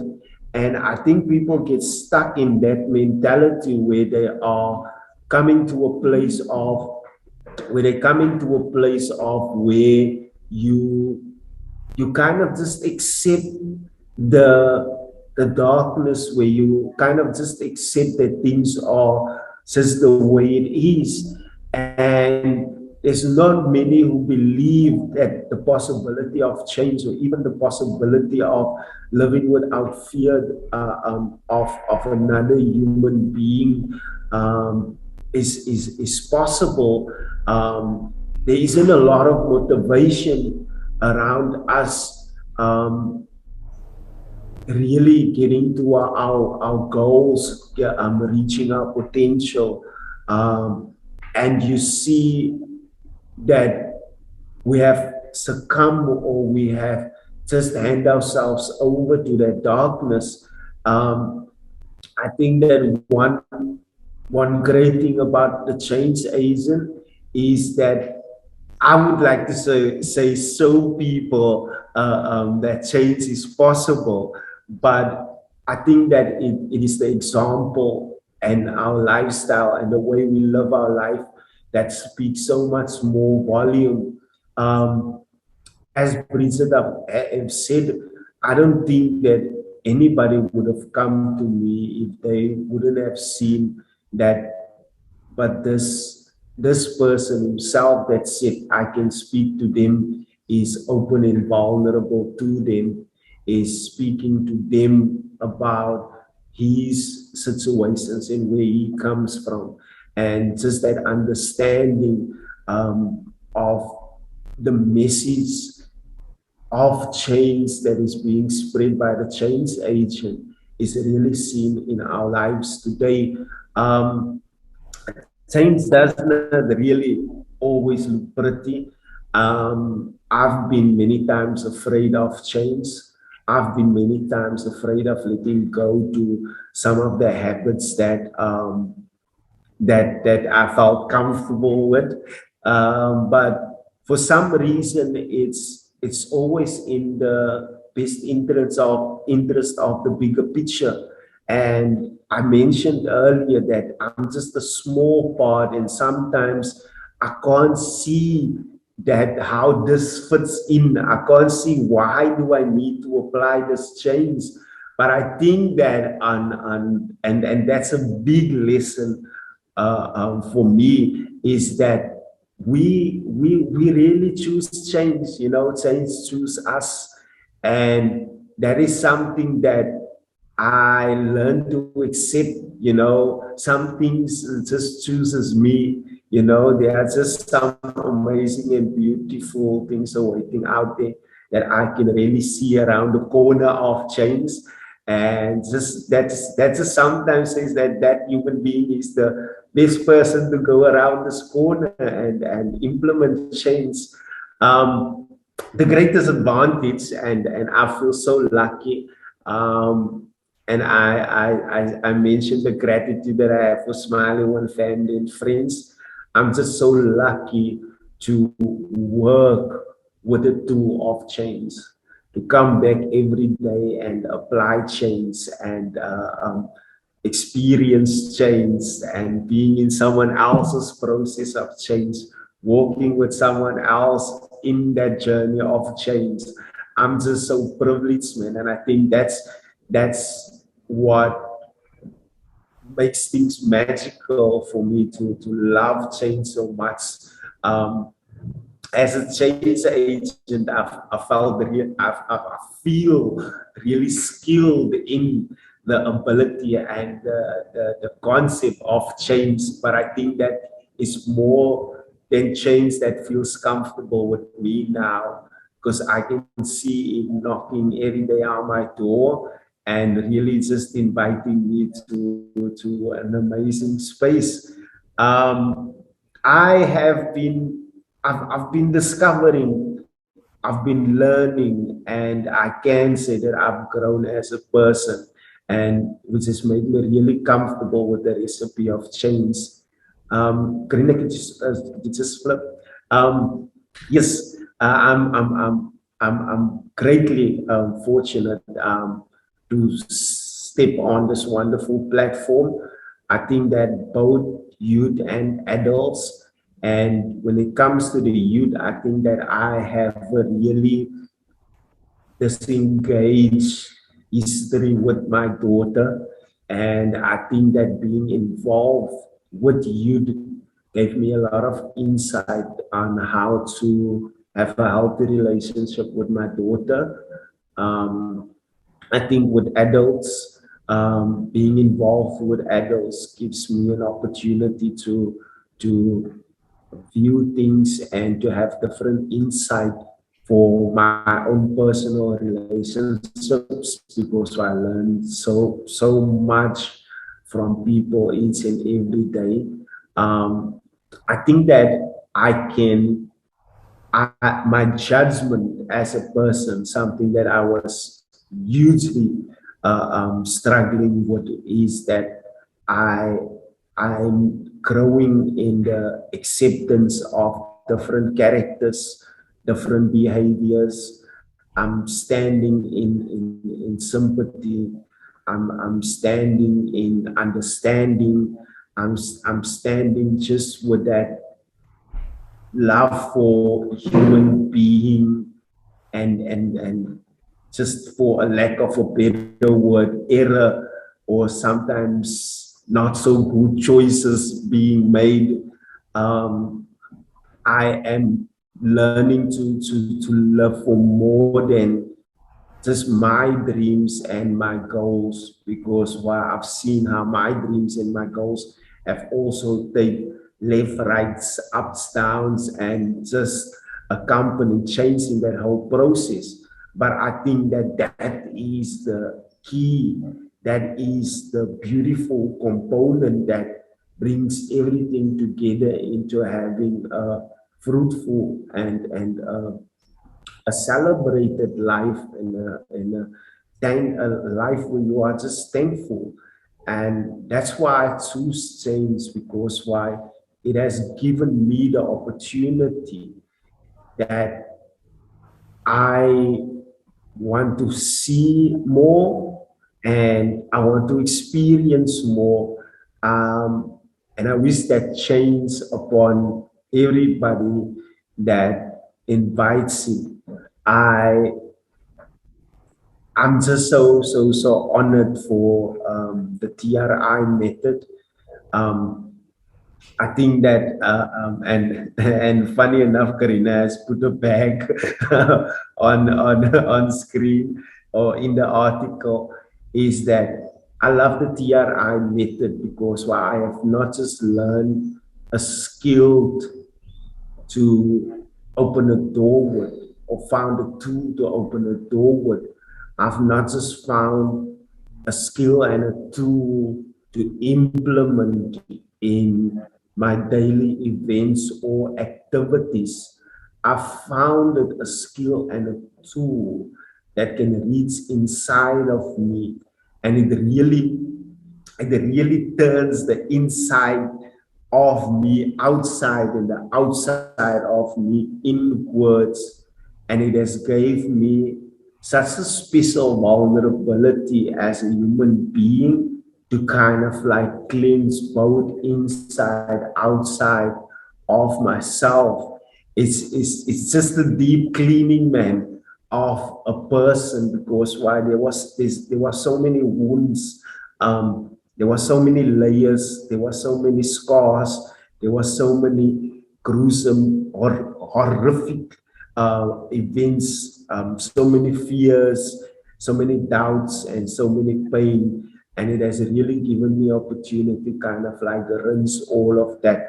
So my development has just been on another level as a change agent. And that's which I have so much appreciation for. I am thankful and grateful to say that the change agent is just not an example of change. I have come to RUC, and this one time I've mentioned how, just imagine that the world was full of zombies, and you have found a cure for the zombies to be human beings again. That's how I feel the Change Angel example is. It is an example that works. It is an example that really heals, and it's just an amazing product of change. And yeah, I thank you for the opportunity, Karina, for inviting me to be a change agent. Wow. Sure, dear. Well, I am the one who is honored and feeling really lucky, and I'm sure everybody here today will agree with me that I'm the lucky one because what you've done with change. Because one thing is, and you know that yourself, right, that you can plant a seed in somebody's garden, and yes, it will grow, but they gotta nurture it, right, and they gotta realize there's a seed. Otherwise, if we neglect the seed, then there's still a desert. Hey, so the seed needs water. The seed needs nurturing.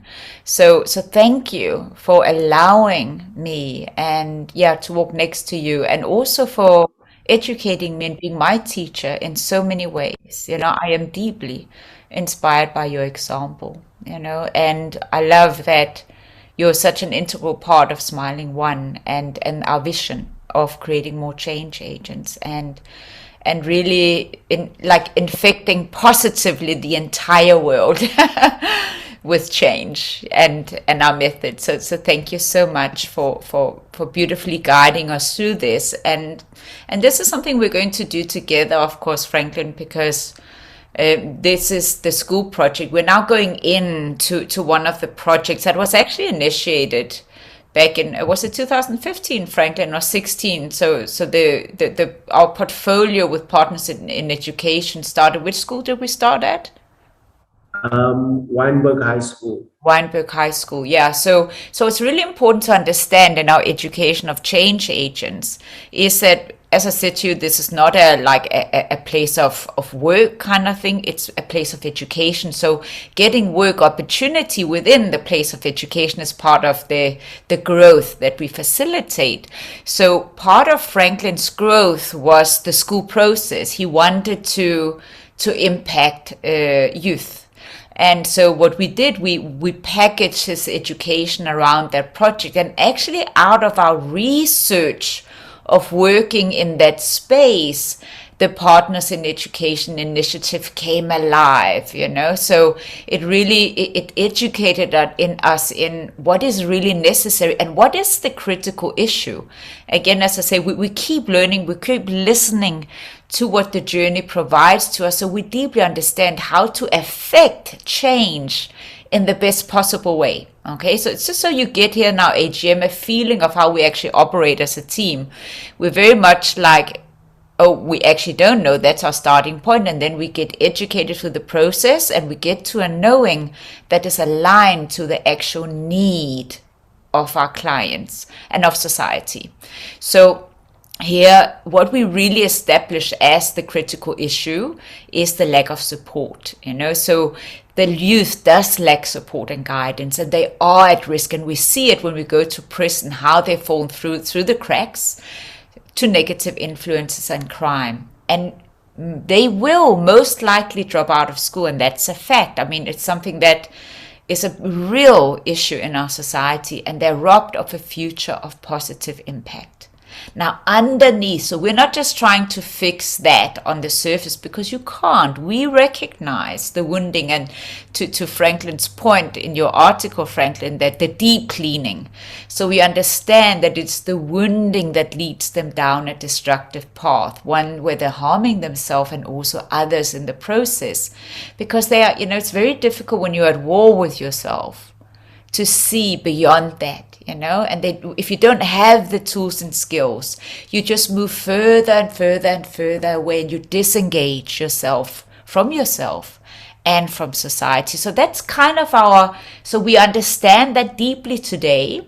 And it also means that deeper we understand the issue, the more efficient we can be in how we approach it and remedy it and offer like a process into, but we also know we can't do it on our own. We know it's impossible on our own. So we've developed the partners in education. This is the triangle, the student, the school, and the parent, and we are kind of facilitating that space with, and here you can see what was at the very beginning of our report, that enabling platform we provide, the support and guidance team we provide that are relatable. It means the change agents are relatable because they understand crime.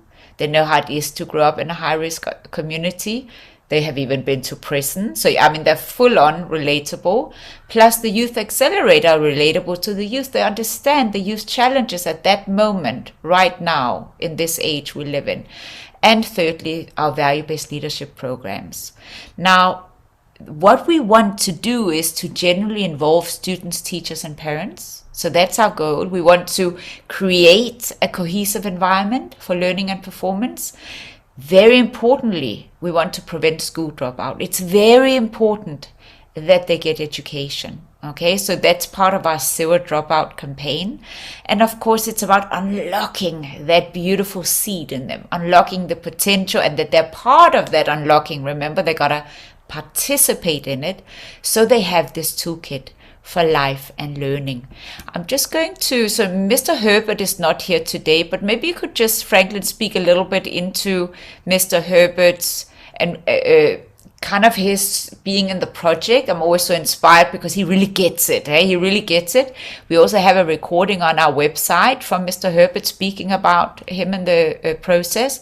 But maybe just, could you say a few words around Mr. Herbert as a teacher? I think that one of the most amazing thing about Mr. Herbert is that he's been a teacher for quite a while now, plus minus 20 years. And one of the amazing things that he's discovered the change in the educational system. But not just the educational system, also as a teacher being on the ground, educating students, you are really quite swooped or quite taken by the change and the rollout of how change can take place over the years.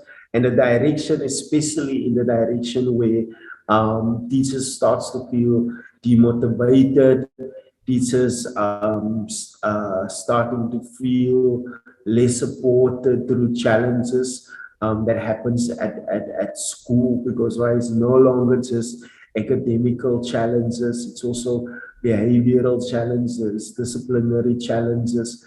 It's also a lot of pressure amongst for the teacher just to being a teacher. And Mr. Herbert identifies that himself as a teacher needs to grow into that whole process where change takes place in either direction it goes. As an individual or as an educator, he also needs to participate in. It was so difficult because there's no recipe, there's no guidance on how teachers is going to change and what teachers are going to do besides the academical aspect of being a teacher, which are forever developing. But as I've mentioned, that a lot of the challenges in class now are more than just academical.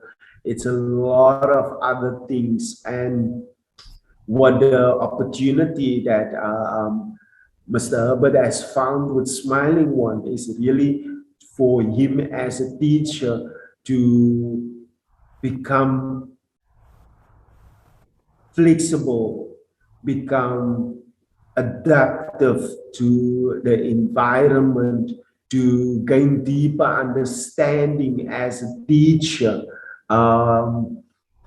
He mentioned to me that teachers have gone to school and have an amazing understanding of the academical process of teaching. But sometimes what lack is that the challenges that arrives in the classroom that teachers were really prepared for. At Smiling One, he gets an opportunity to come to a space where he can release as a teacher, where he can learn as a teacher, who are changing the role, because the educator now are being educated. And the brilliant thing about Smiling One is that Smiling One doesn't carry the package of academics. We carry the package of inner development. So the teacher gets an opportunity to shape or to develop himself in the educational environment of what it is today. He says as much as he learns amazing things about himself, I think that really what helps him with the environment is that he learns now a depth of also of the student. He realized that the student sits in his class and is no longer just book and pen. The student also comes from a place. The student also comes from a background. And those are, and many times, challenging circumstances, the background, the domestic situations, even them themselves as young boys and young girls, really having an understanding of how to conduct or prepare themselves for education. So it is given an opportunity to handle conflict, especially, or the chaos of an education environment with better understanding. He mentions the lack of guidance and discipline and the broken homes, and he realized that sometimes just adding a bit of motivation or adding a bit of support in his class can do so much to stimulate the education environment. One of the things he's highly grateful for at Smiling One, because I also mentioned them as colleagues and teachers, live and do their job quite past one another or quite separated from one another, each one in their class attending their own task and taking care of their own kids. So him and his colleagues really get a chance to get together, discuss, speak, engage on the daily activities of the education environment. At Smiling One, him and his colleagues get an opportunity to come together, to share with one another, to sit with one another, and to speak to one another and learn from one another about each as they individually handle and process their challenges, which makes it fun at the end of the day to come to Smiling One and having that enabling platform where they can learn and develop about themselves as educators and as teachers. So, yeah. Thank you, Franklin. Very, very nice. So I'm just going to take us through, just before I hand back to you, Franklin, just to, again, it's very important to have a strategy, to have a clear strategy, as much as we learn alongside the project and keep iterating as we go along for improvement. We're of course very clear on what actually works. This is we've just had our concluded the third year at Ravensmead High School, and we're now actively in our fourth year. So we do understand what works, and also because we've kind of worked on a recipe for school since the first project at Weinberg High. And also deep gratitude actually to DJ Murray Trust, who a few years back, we had a little bit of funding from them. And actually they were really instrumental in also helping us with more clarity, because they asked us for 5 key objectives and we kind of adopted that. And I again want to showcase our ability to adopt and learn as we go along, so we can use what's most efficient for change, okay? Because that is what we aim to do. And this is a recipe that works really well for change. So firstly, the first key objective is to tackle the learner disengagement, and you would remember the critical issue I spoke about. Now, what we're doing, we're establishing a nurturing, relatable adult, which is the change agent, and youth, which is the youth accelerator, in a school to facilitate intensive personal development. Now, this is where you would find our more intensive process, our Smiling One Club, the one-on-one, the after-school classes. You're going to see images from that just now. Secondly, as part of our strategy is to improve school culture. That we do through light touch dialogue with learners. So remember, I showed you in the very beginning that our year in a blink, 12,000, not 12,000 now, that would be great, 1,200 learners at Ravenspeed High are being exposed to the opportunity of change through Jamie and Franklin having these exposure classes. And also, may I add, and Franklin, you just spoke about Mr. Herbert's testimony. It's really important, the support by the engaged teachers who've been in our TRI process, and these are the committed partners in education. They begin to also feed in and nurture this seed, not just from an academic perspective, but understanding.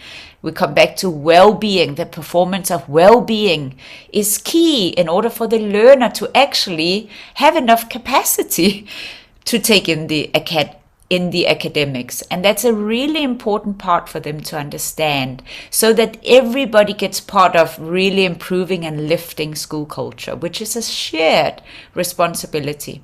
Thirdly is the support of family relationships. And this is where, amongst those that are very active in our first objective, in the intensified process, gets an opportunity to be visited by the change agents and the youth accelerators. It can be really, really good to connect with the families. It is something that is a struggle, and Franklin will talk a little bit into that.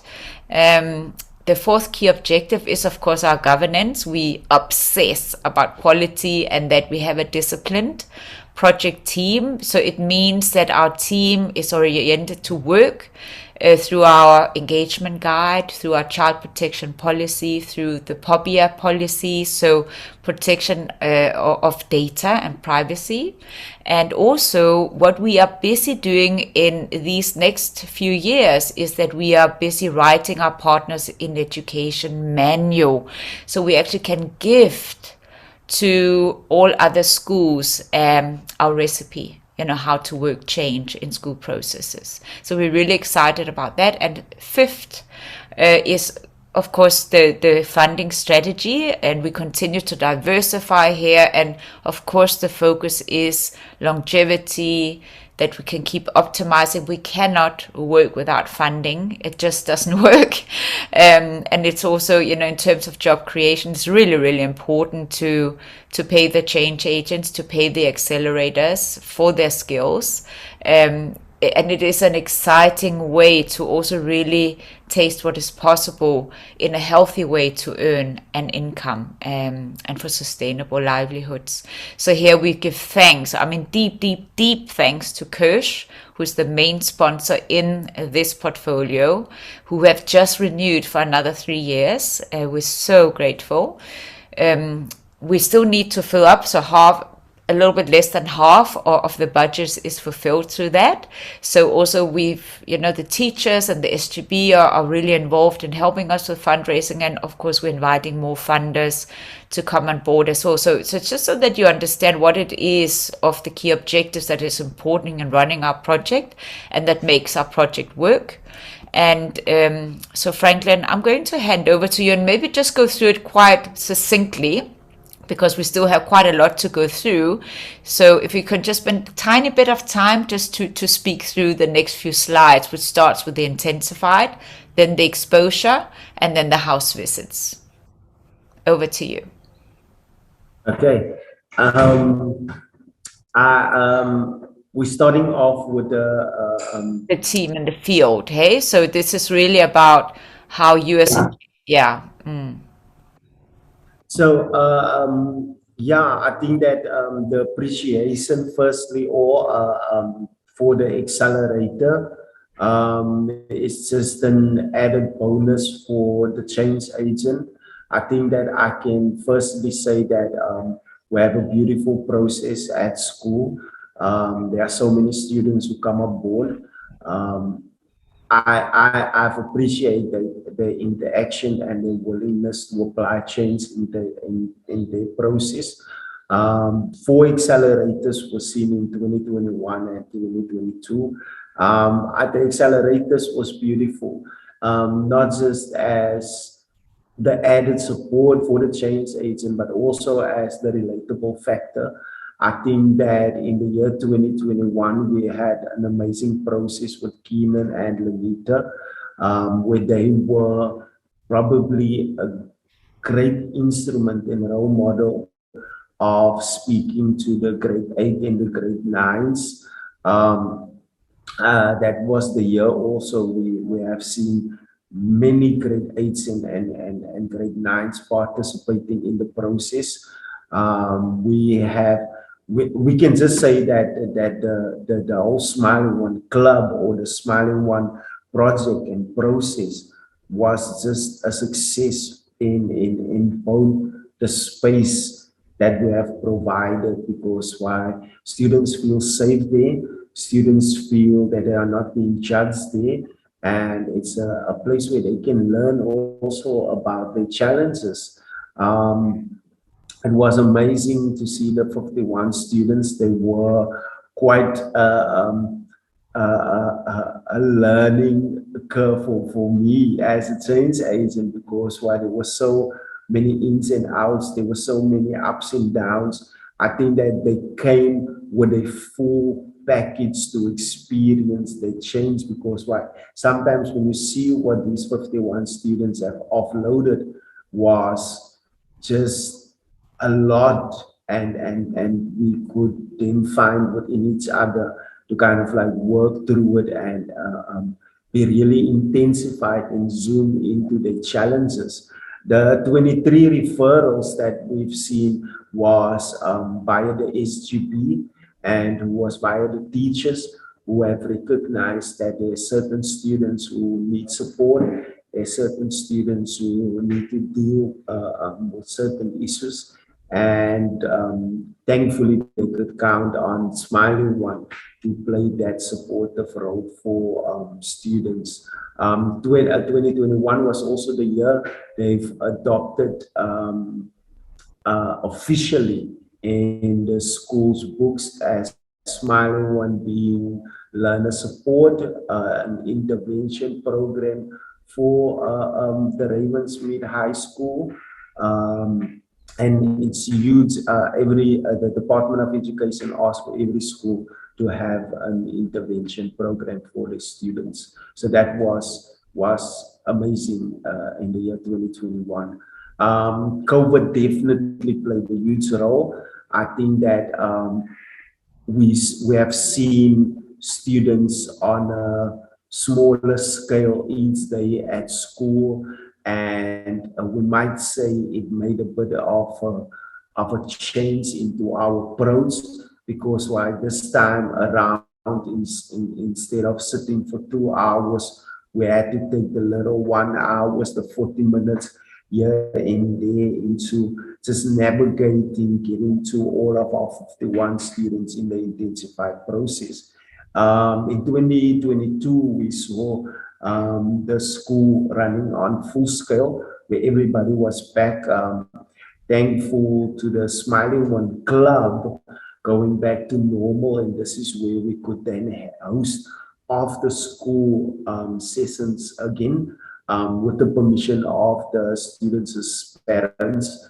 We were so grateful for parents coming on board and signing the students to a program like this. It is challenging, because why even in the year 2022, why COVID was not the major factor, we have after school, we have extra classes, we have sports, we have all those factors also playing a role in the Smiling One Club's after school sessions.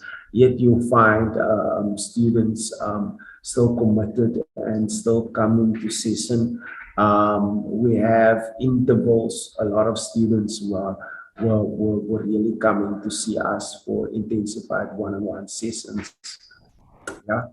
Thank you, Franklin. And also, so our vision is, I mean, right now our project with the kind of active team on the ground is kind of at half capacity.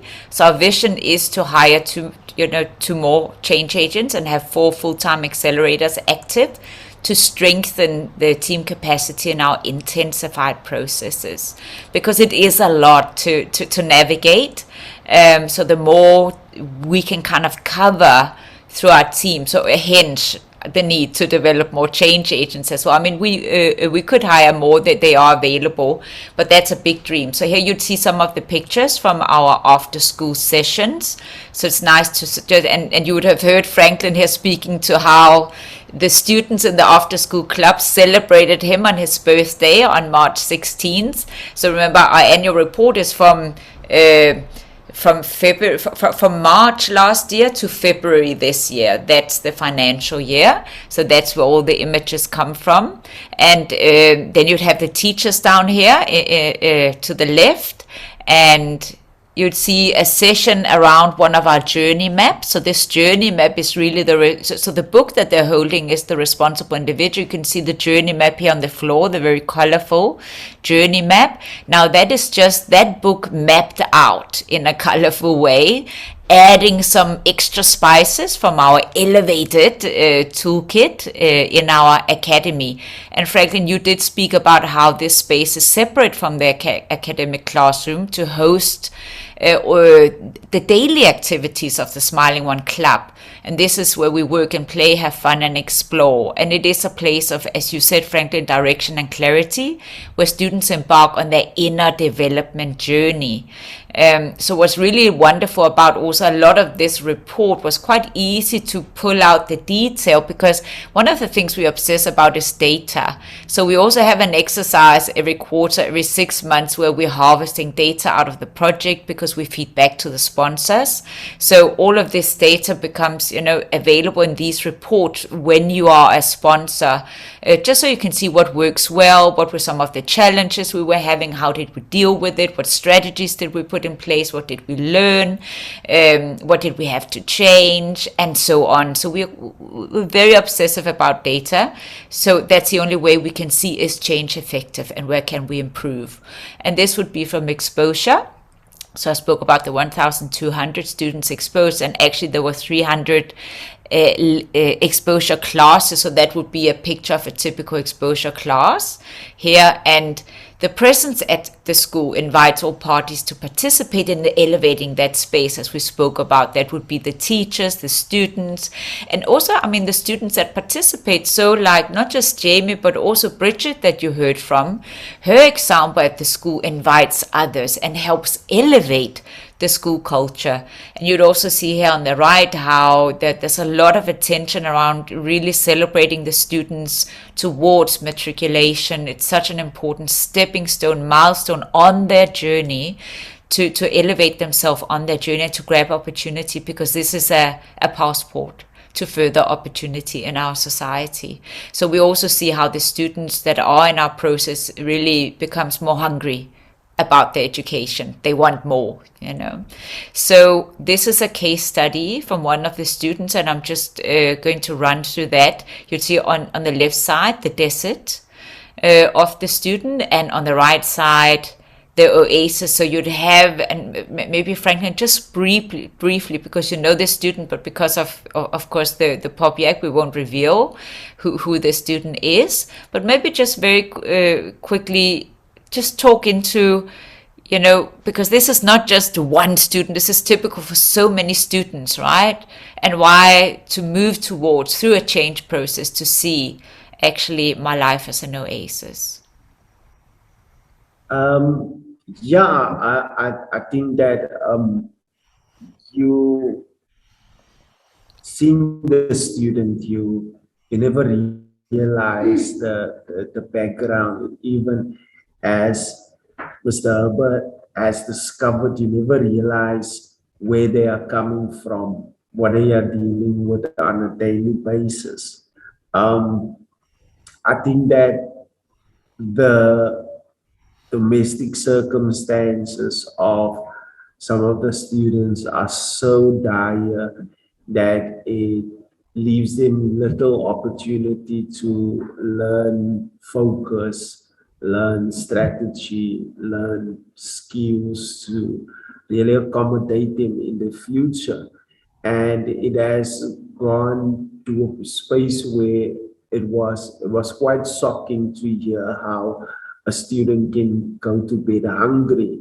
And you look at that student, and he's neatly dressed. He is it looks together, but you don't see that picture. And when he mentioned that there's no support, it was like difficult to understand how you can live in a house where no one actually cares about you.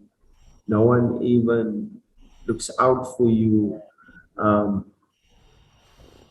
Just that disengagement, the environment. I think that we've been given information by media, by news reports that yes, definitely there's crime and gangsterism in the environment. I think that one of the key things about me is that I come from environments like that. So I understand how difficult and how challenging it is, especially once these gang leaders start recruiting young boys, you know, to be part of crime and gangsterism. How easy an opportunity it is for youth and for youngsters to fall victim to crime and gangsterism. You hear also from teachers how students struggle at school, how students are not finding their way, how they are producing low results. You know, I think that when Smiling One opened up the opportunity of partnering with the school, that's how deep I've come to know a student can say it's just 2 months. That's how I have, because why, yes, we hear media report, news reports, and we hear about the media, and there's a lot of organizations and campaigns, but just to witness it with your own ears and your own eyes, when students say it's just too much, and you see a student being on school and in the next moment not being at school anymore.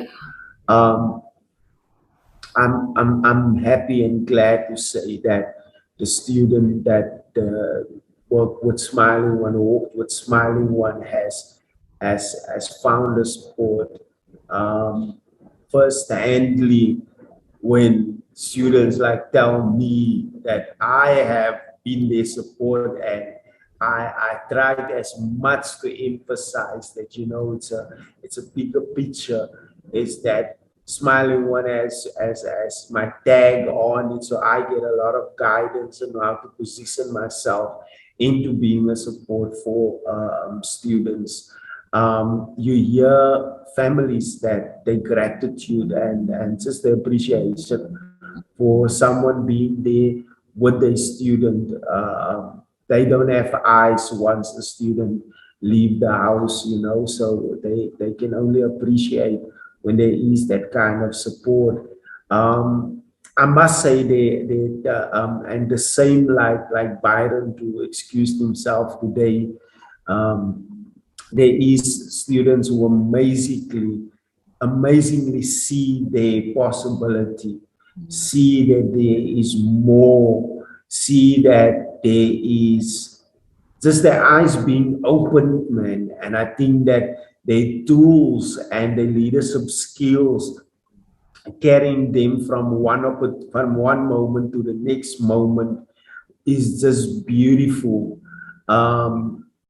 I see them also grabbing the opportunity, because while most of the students you hear, and just for lack of better word, better, you hear complaints, you hear them drowning, you hear them really sinking in their situations, and you come to them a few months or even the student who inspired us to paint this picture, he comes a year or a year and a half later, and you hear him speaking vibrant, speaking about opportunity, speaking about his vision, speaking about what he wants to achieve. And it has went as so deep, or so where you see many of the students, because why?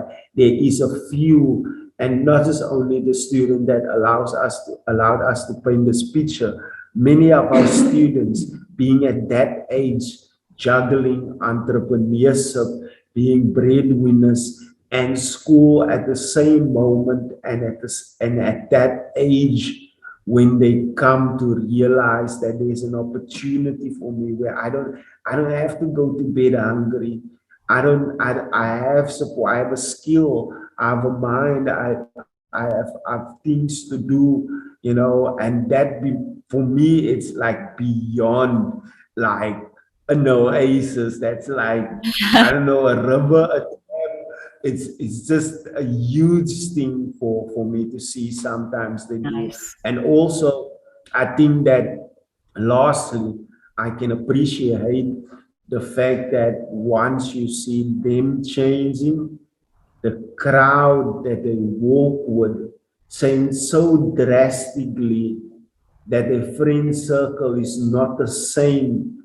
And those who remain in their friend circle, you can, and many a times they are not attending Smiling One, they are not in an intensified process, but you can see even the change in their friend circle, how they position themselves now in a different way, how they become more attentive and active in their academical progress. So it's just a privilege to have painted this picture, to have witnessed this.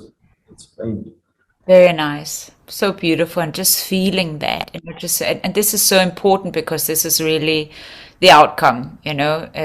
So deep gratitude for that, and again, of course, it takes the partnership, which definitely, if we look at Ravensmeet and our partnership over the last 3 years, it's really been an exceptional year. We've had meetings with the SGB, also the teachers, of course, deeply enrolled into their own process. And that isn't an easy one because they also are juggling the academics. So it's not that they make it to all the classes that are offered to them, but I know Franklin has ongoing daily engagements, and they reach out and they call upon the team, and we really become integrated at the school, and they really also understand what we're about. And here, which is lovely, which really also is a testimony of the partnership, Mr. Pedro. He was meant to come into then, but he did excuse himself. He was not able to make it in time now from the SGB chairperson, and he really gets it as well, and that really excites me, you know. So he is also sharing here how they're dealing with so many things at school, also with children with gangsterism backgrounds, and he kind of sees that as the project is active at school, they will begin to see the progress, and also as more players get involved, because he has a dream of the entire local community also helping with fundraising, some of the insurance companies, and so he's really involved in helping us to raise further funds as well for the school project, so that the youth at the school can see, you know, the change and feel invited to it. They will become hungry because they see this big buffet of change right in front of them.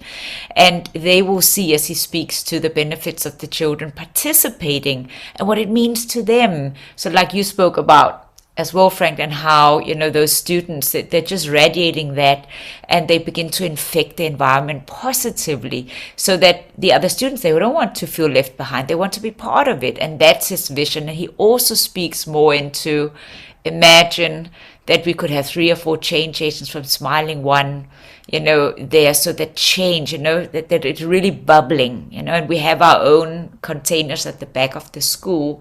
So it is a nice secluded area where they kind of like check out for a moment from the academics and check into the inner development via the Smiling One Club. So it's really, yeah, again, we begin to see, I mean, the success and progress is really, I think we're taking big leaps in terms of this project, which is really, really exciting. And of course, thank you, Kirsch, for another 3 years of funding, because that makes all the difference, so we can be active at the school. And I'm just quickly showing this, even if it's worth, everything is worth a lot of airtime talking into everything, but then we'll be running out of time, and we'll be sitting here again at still at 5 this afternoon. So I'm just quickly talking into, so again, as I said, quarterly house visits to high-risk students. And it is something we're identifying, that not all parents are that easily accessible. It is a challenge, the parental involvement. Where parents are involved, it's magical, but it is a gap. We are, you know, we're inviting the families, but we can't force them to show up. We can't kind of like, as you said, Franklin, win them over, or, you know, or that's kind of a step in that change process that they have to do, because children are harmed by the parents' behaviors. You know, part of the wounding comes from the homes. So even if we know that that part of the triangle in our Partners of Education initiative is the one that probably suffers the most, is the one that is lacking the most, that we're working a lot on to keep improving, but it's not in our hands. All we can do is keep inviting and inviting. But we do recognize, again, I'm not my circumstances. Remember, our objective, our point of view, I am who I choose to become. So these students, despite the environment, learn to navigate that change. So also that they, even as changed, you know, with tools, with skills in the home environment, can begin to impact change there, you know, but also rise above their circumstances, which is important. Do you have a word or two you want to add, Franklin, just very briefly? No, I just think that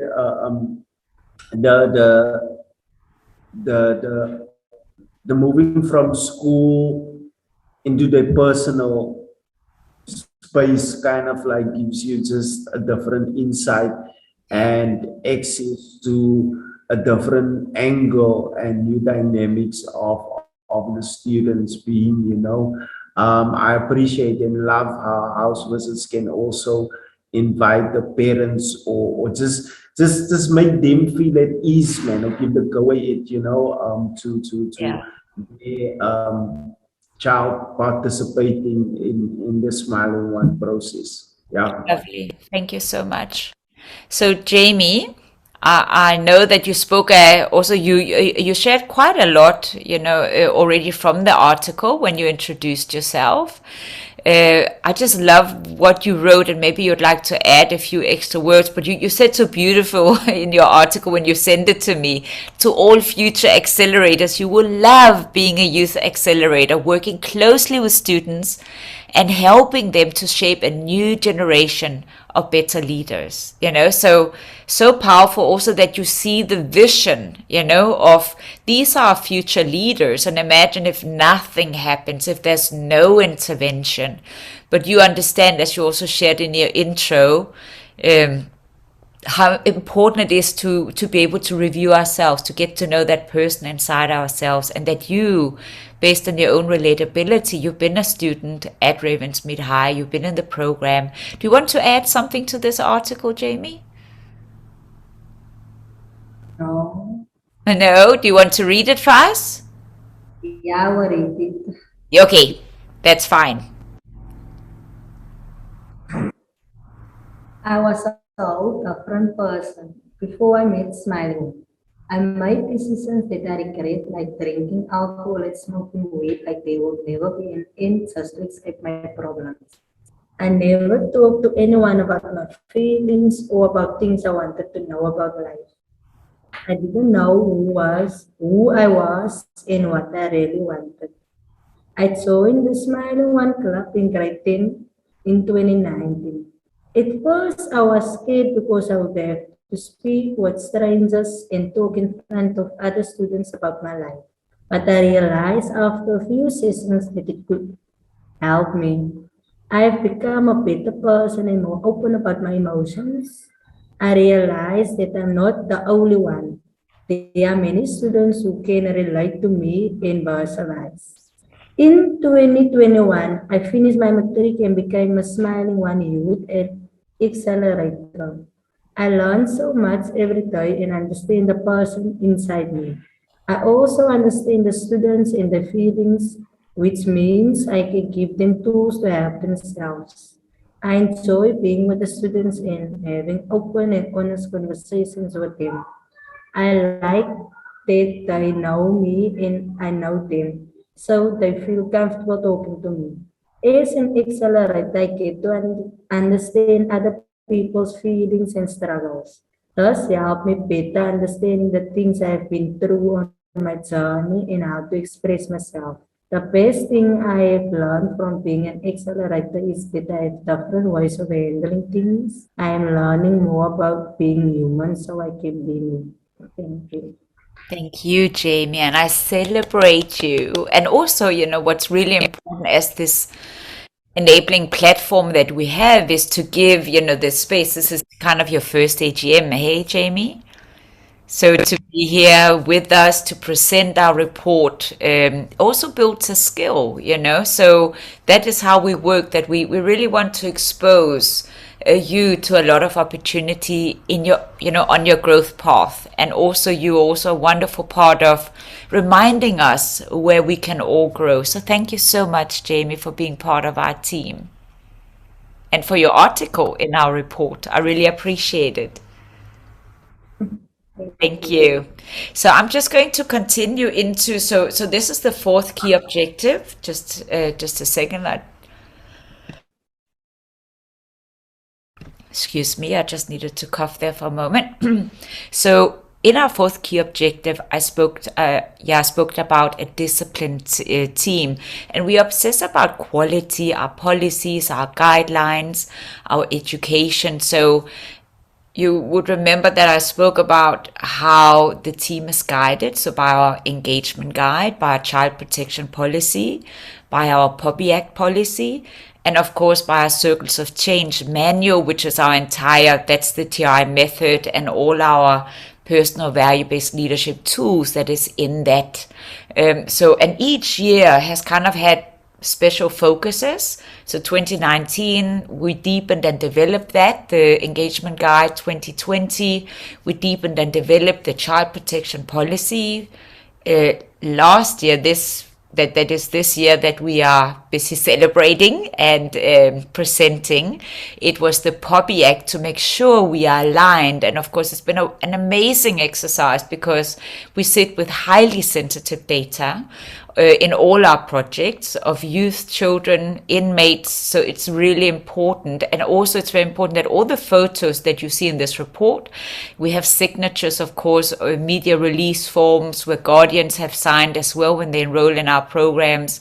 So we only use material that has already been approved because our utmost responsibility is to make sure that we protect the data and protect the youth in our project. And you'll see here on the right, the Partners in Education Guide, which is our next big project alongside the work in the school, but really to get that recipe that sings, if I can put it like that. So this is just an overview. And then let's get into the next portfolio. Let me just see who is not muted. Okay, I'm just going to mute here. Okay, so I'm just going to jump straight into the project of the Change Agents project, which is the prison portfolio. Okay, so are you, you're able to hear me? I'll just make sure I'm unmuted. Yeah.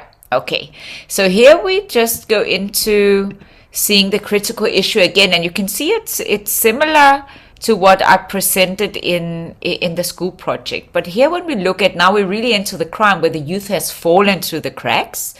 And we are starting, when we look in 2021, we were rated on the list of most dangerous cities in the world with Cape Town number 19, Johannesburg number 16, Durban number 15. And again, of course, this is what we aim to do is finding a recipe, a remedy to actually address crime. But to address crime, we see crime as a symptom, yeah? And that when we go beneath that, again, we go back to what I said before, it's because our youth easily fall victim to these influences and they have no support, and underneath is the wounding. So you could be able to see that it is the wounding that we're addressing, and automatically through addressing that with the tools and the skills and the support, do we address the symptom and have a remedy for the symptom. So I am going to take you into just what we were able to achieve. I'll just do it quite quickly. So we got our quality assurance. It's lovely to be back at Brandvlei. We also have quality assurance for Helderstrom. So they're already, Helderstrom is calling me like every second month, where are you, where are you, where are you? And we're saying the moment we get funding, we'll be right there. So right now, the one process that is active right now is the 60 inmates that we enrolled. 33% of these inmates took the risk to engage change. And it is a risk. It feels like a risk for them, of course, because all they know is the darker spaces because of the wounding and because they're at war with themselves. And so part of our strategy there as well is to develop, remember, the change agents. So they become part, these 40 enrolled students become part of infecting the environment positively, and they begin to invite fellow inmates to join our program. Then you'd see here our vision. Our aim is to have 100 active students in our project at Brandvlei Juvenile and open 4 other centers. And you'd see a picture, of course, we give thanks, Franklin and me. That's a picture at Brandvlei at one of the days where we did the quality assurance.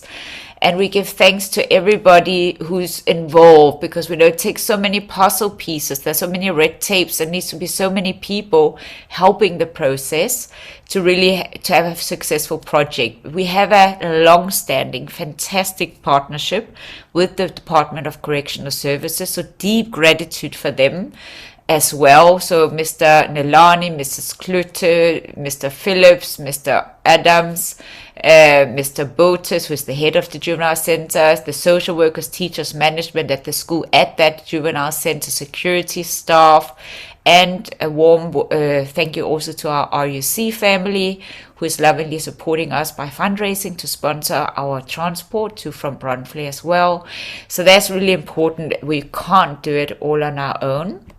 And here you'd have Theo. So you see some images here from Theo's journey. And again, these images, the moment we are allowed to take a photo inside prison, this is back from 2009, 2010. We get clearance for that as well. You can see Theo here. And sorry, I know it says Luyanda, so let me just clarify. When I met Luyanda in prison, he introduced himself as Theo. So Theo is kind of his English name, and Luyanda is his Xhosa name. And I will let you, Theo, just share your article with us as well. You are today a full-time entrepreneur and a treasured Smiling One change agent. And you've been fully activated. You're helping us up at the Juvenile Center as well. So would you like to just speak into your article? You only have 5 minutes, unfortunately, but I'm sure you can create some magic with those. Over to you, Theo. Just unmute yourself. Okay, yeah. As a nation, we are facing a high rate of crime. Human abuse and abuse of women and children. And there is a lot that need to be done, and Smiling One project, we are giving the inmates the opportunity to claim their power. Yeah. We meet them where they are at, and you can feel the energy, from them, the willingness, the engagement, and it's amazing. It's amazing because I can relate to them, you know, easily one another because of I came from there, you know. So we share challenges, our challenges that we never even share with the one that we love.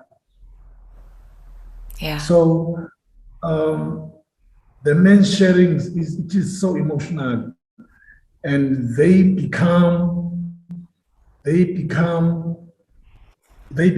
mirror.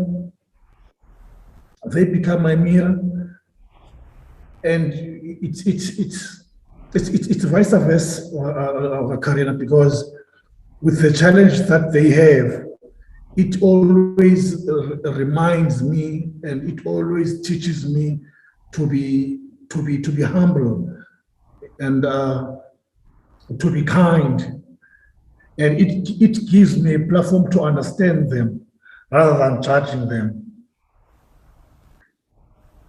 And as we sit in this cycle of men, they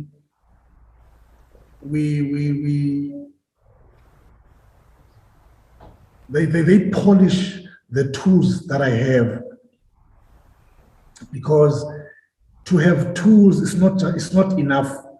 In order that your tools to be polished, they need to be tested. And I'm very grateful for my journey with Smiling One. And as I have said, that I was finishing 5 years at the 31st of January, and I give myself credit for that. And it's not easy, you know. It needs a discipline with myself, you know. It needs it needs a consistency, willingness, you know, and it's really an honor to be amongst, you know, those cycle of men. And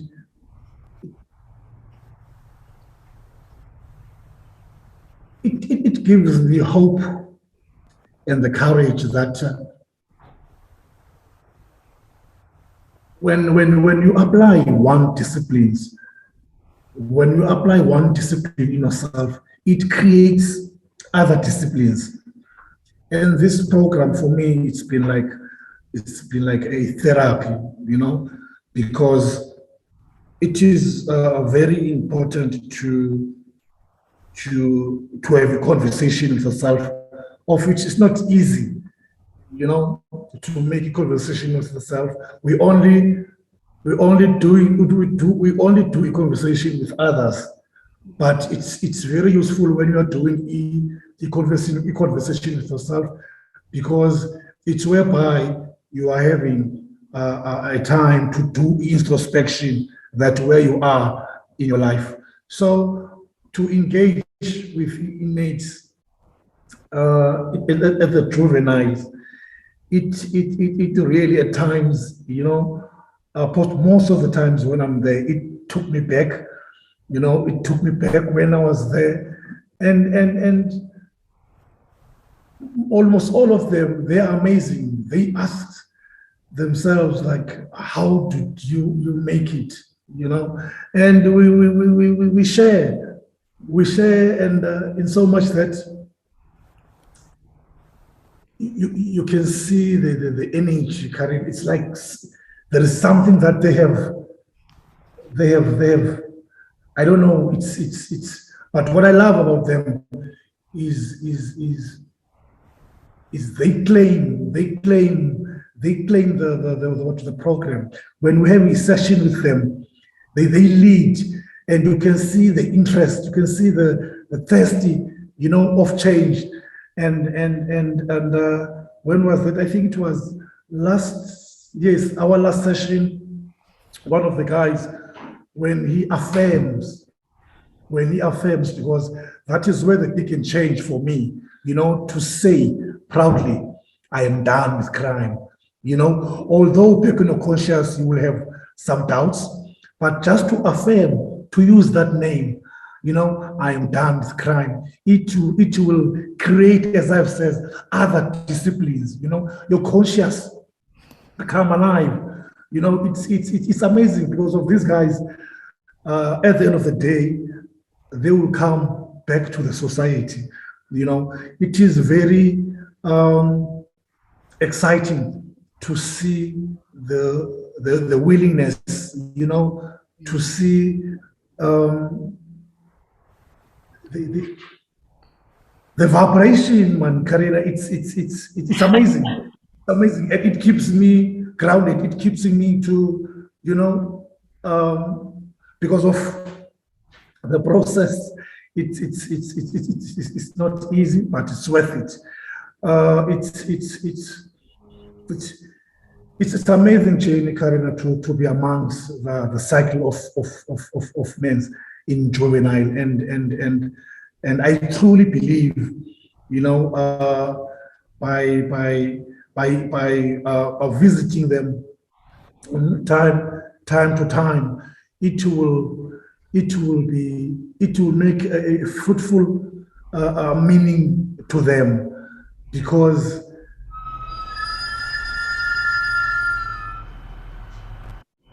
it's either we like it or not. As I have said, Karina, they will come back in our society.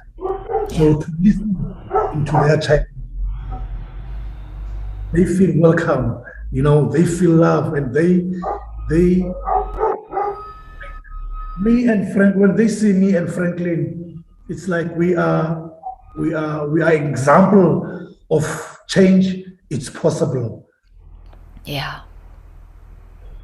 Very nice. Thank you so much, Theo, and helping them to understand that they're actually not what happened to them, and get them out of that war with themselves. And it's such a privilege to work hand in hand with the two of you, and just to show the images here as we're driving to prison, right? This is the entrance to Bronfley, and that's the radio space and our team chats and us getting ready into prison. And I just want to also highlight here one of the inmates in the process who is also deeply inspired. So he's in our circle, in Theo's and my circle. And really this, that he bottling things, and as he says, I'm new to opening myself up. It's so good to do. I realize so much of my stress in the session space. It's a first big step for me. Stress breaks us down. I take a stone out of my rucksack. When I come here, I can feel that it's getting lighter. The session space helps me to find myself, to get to know who I am, to fix what is broken inside of me. I can't go back to the old me. I was getting sick. I was full of anger, stress, and anxiety. I'm starting to believe in change.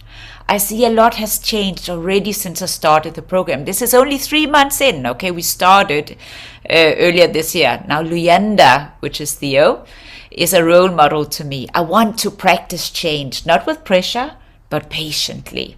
So it's like this, we love it. And I feel what you're saying, Theo, because for the same for me, I love the process. It's such a privilege, and they're so hungry. And imagine with me that we have a team, a big team of change agents. And that's really what's important. This is where Theo and Franklin's journey started, in such a process. And we have a big vision. So I just want to show you just a blink of that vision, to reach 10,000 inmates in the next 5 years. It's a big, bold vision. And we need, and this is also to be found on our website. So I just want, so I'm not going to read through all of it, but it requires us to train a big team of change agents and coaches and accelerators. Of course, to have bridging the gap with also technology. There's a lot we need to do via technology, and also it's prison environment, so it needs a lot of clearance. But because we have a really good relationship, that's all possible. It really requires our online academy. So we spent the last 2 years really get that upgraded. So it's just, it a lot of partnerships and agreements. And again, as you can see down here in the corner, entrepreneurship.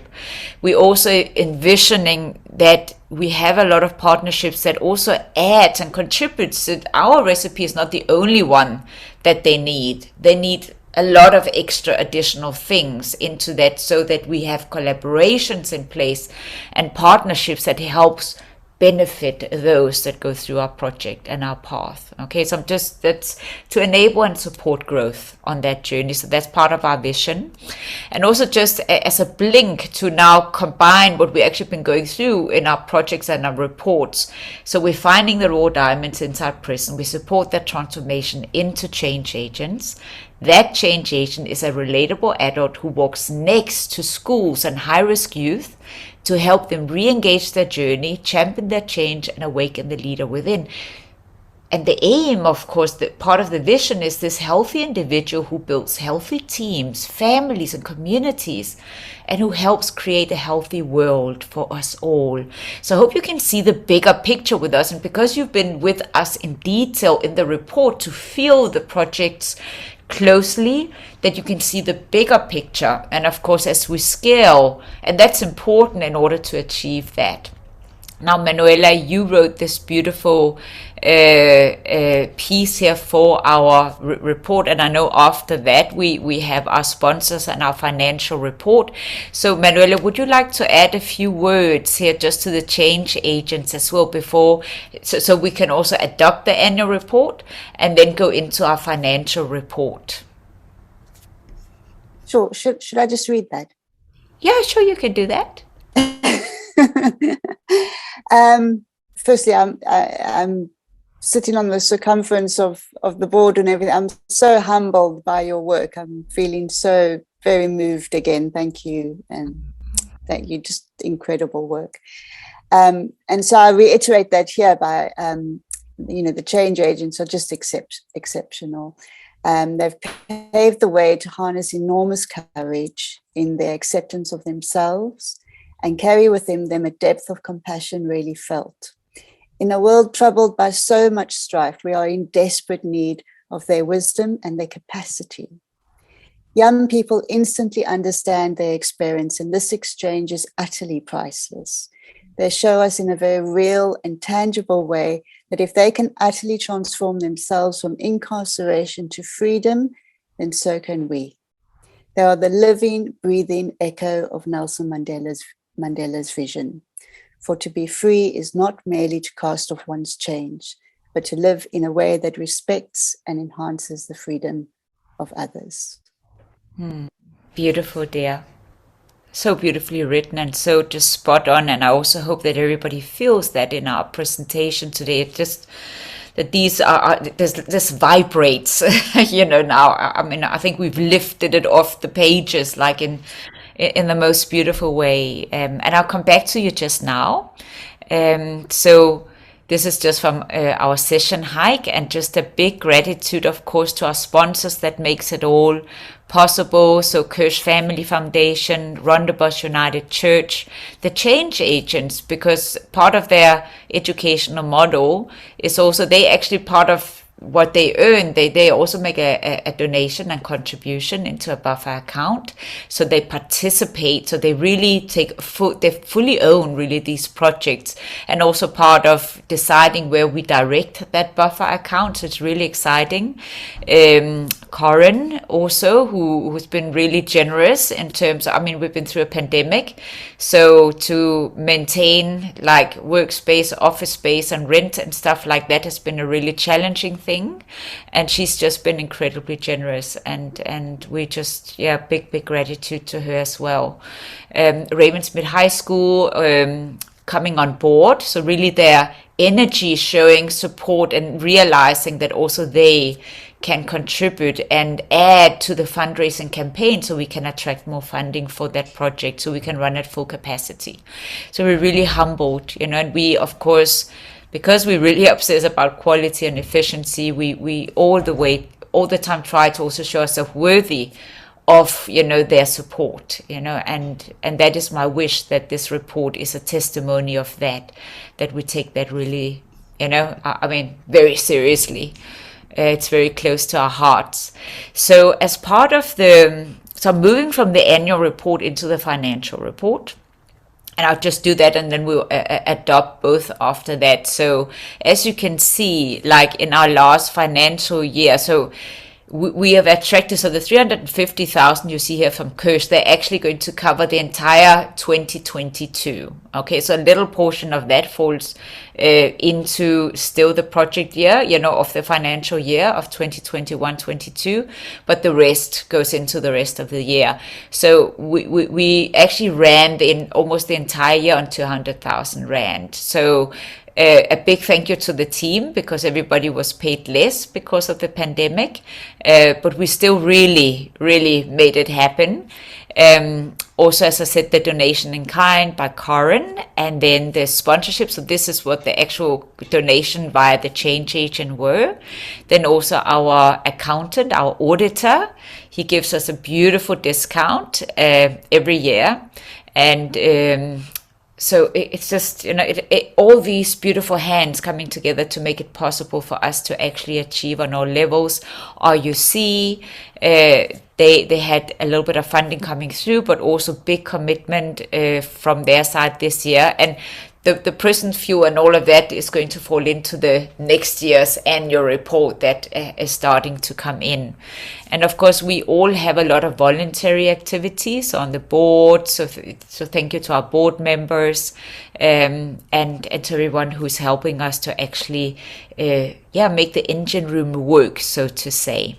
So you can also see here, so we raised in total in our financial year 578,000 Rand, 375 cents, and our expenditure was this. And just a reminder that the reason we are on this is because a lot of this funds of the 350,000 goes into the next financial year.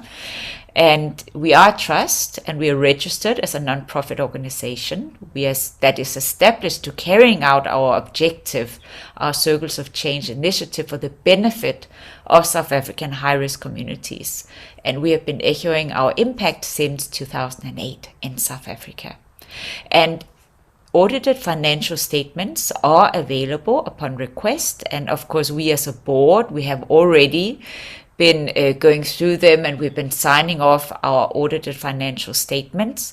So I'm just going to read through our financial report as well. I've just had a few words. I'll come back to this on that, how, what it actually means to manage a foundation in a really challenging time.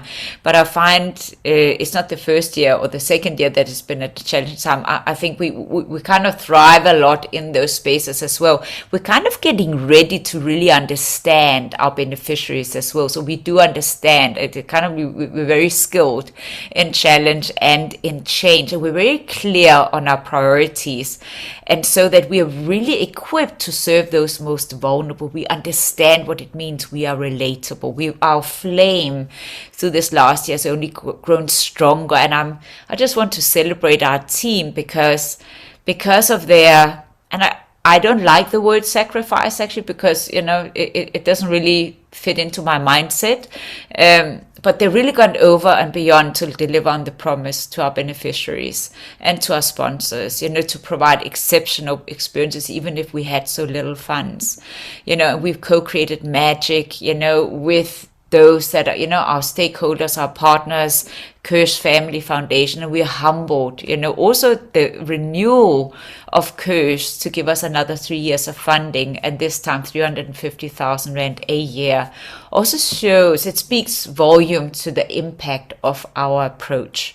And of course, the buy-in from the school governing board, and their involvement is really important, because it will make sure that we can get into full capacity, and get more change agents and youth accelerators job activated at the school, and also ensure that Ravensmith High School, we really want that to become a flagship project of the Partners in Education initiative, which then can be an example for other schools across the country.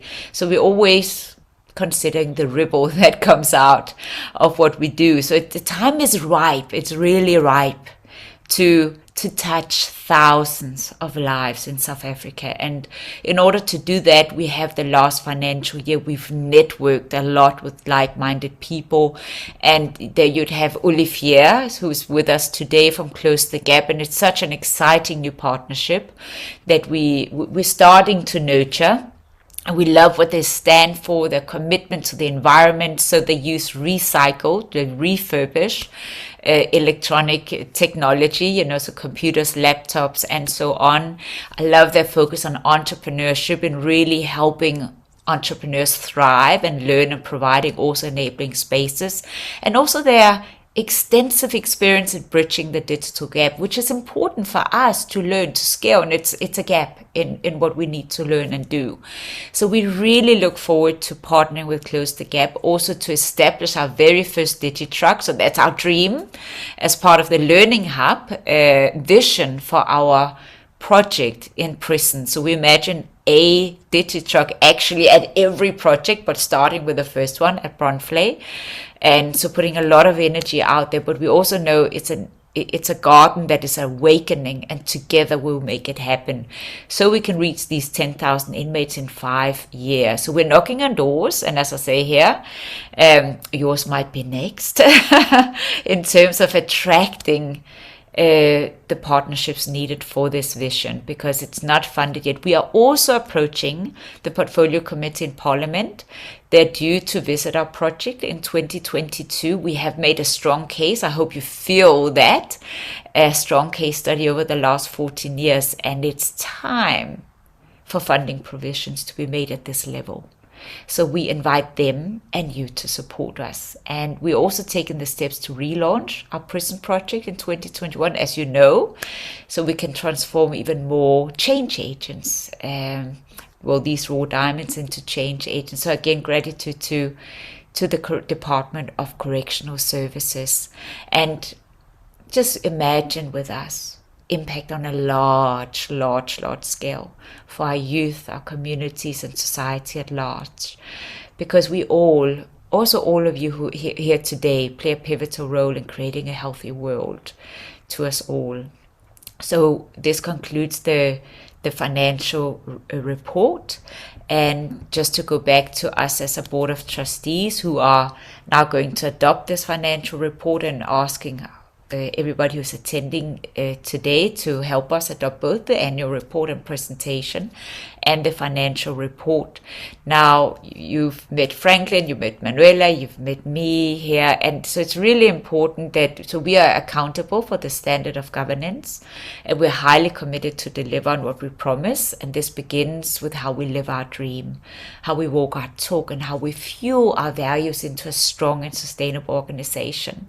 Also, we, of course, our financial management policies are done in terms of South African auditing standards, and audited financial statements, as I said, are available.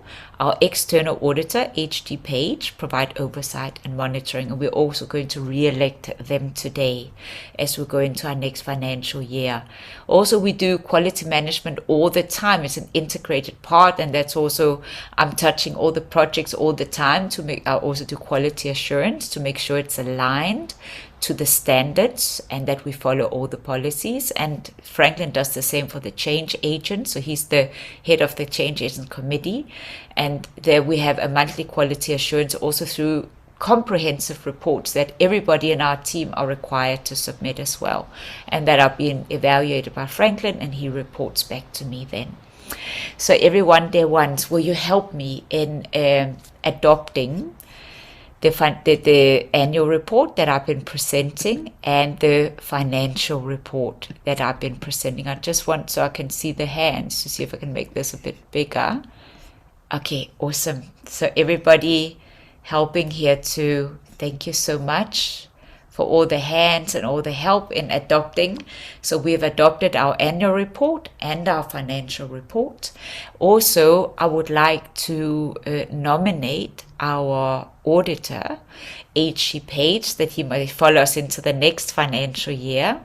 So if we just can elect him, them as our accounting and auditing firm. Thank you so much, everyone. And Manuela and Franklin, if you can unmute, also as a board of trustees, I think we're working so beautifully together. So I would like to we all have to nominate each other, because, you know, I can't nominate myself. Franklin can't nominate himself, and the same with Manuela. So I would like to nominate Manuela. And I would like us to re-elect Manuela to join our board for another season. Thank you so much. Thank you, thank you. And I would like to nominate Franklin to rejoin our board. Elected. Thank you. Yeah, and I would like to nominate Karina. Thank you so much. So we have nominated and we have elected our board of trustees. And we are, of course, and I just want to put that out there, we are very open also to invite more board members, you know, to grow as a board, as well to have more inspiration and more positive influences, because we're scaling our approach. And certainly also sponsors, you know, when we get big sponsors on board, it's also, we're very welcoming of them actually also joining our board to work very closely with us in partnership. I think that's really important. I know that when we work closely with DJ Merit Trust, it made a huge difference as well when you have such a close relationship. And actually, I just want to say that the CEO of DJ Merit Trust is also part of Rondebosch United Church, you know, David Harrison. Not that it was his doing, you know, to get us the funding. That is decided by a full board there. But I just want to appreciate and acknowledge that all the people that support. So I just want to go back. I'm just making this a bit smaller because, Manuela, I know you did such a beautiful article. I did speak to the tree, and the required paradigm shift, which is very important in order to fully embrace, because what we're doing is so different but so needed, that we all have a shared responsibility on this journey. So Manuela, I would like to hand over to you just as a conclusion for our meeting today, and an invitation to walk next to us as we grow and expand into the next season. Okay, thank you, everybody. I'll try to keep it brief. I know that we're close to time. So first of all, I think everyone here probably can agree that this is an extremely bold and hell of a brave vision. And I think, wow, I feel very proud just to be sitting amongst you guys. It's very moving. So for me, I was very curious about, you know, fundamentals in this dynamic, so to speak. You know, in South Africa, it costs the taxpayer 10,890 Rand a month to keep an inmate in prison. So that's over 130,680 Rand per annum. In the States, it's $5,000 a month per inmate. So that's over $60,000 per annum. And in the United Kingdom, it's £3,540 per month per inmate, and that's over £42,000, 480 pounds, so per annum. And that's just one individual, one inmate in incarceration. And to me, that is just a vast amount of money, right? It's a lot of money. And when we look at that, of course, you know, the cost is obviously more, that's greater, because that's just the financial cost. The cost obviously is the rupture to the family unit, the loss of a parent, a sibling, loss of income, perpetuating further cycles of distress and lack of cohesion, which ripples into the wider and local community. A victim of crime will incur similar losses, so from the potential loss of life to property and the injury thereof. The repair of an incident is equally very far-reaching, from having to replace something that is stolen or broken, or to recover from an incident. So be that a physical, emotional, psychological, and certainly financial. No matter what way you look at it, on every level, every single one of us pays a price. You may think that you're far removed from this experience, but your taxes aren't.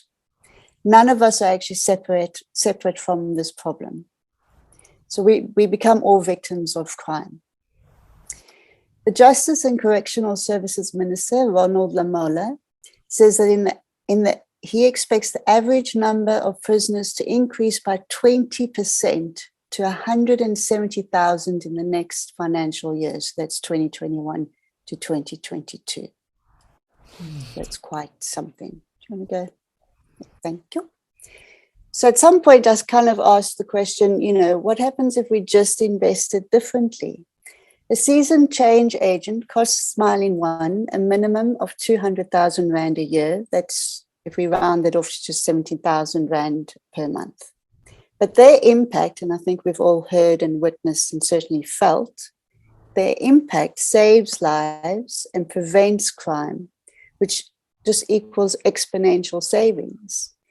If a change agent just stops one student from heading towards a life of crime, that has saved the taxpayer already 130,680 Rand. So the point is, if the change agent impacts thousands of lives, I mean, those, that you can extrapolate the benefit. So for me, it's prudent, if not practical, for the taxpayer or the government to kind of start thinking about this problem in a different way. And Smiling One has certainly proved that they have the answers. I said here that, sorry, let me just come back to where I am. Yeah. And this is where we come to, fundraising. Like Karina said, 2021 and 2022 has been a very huge adventure for us to access funding. We realize that we're breaking many social norms about working with ex-offenders, but let us not forget that we are a country who has already led by example, where a revolutionary became a president.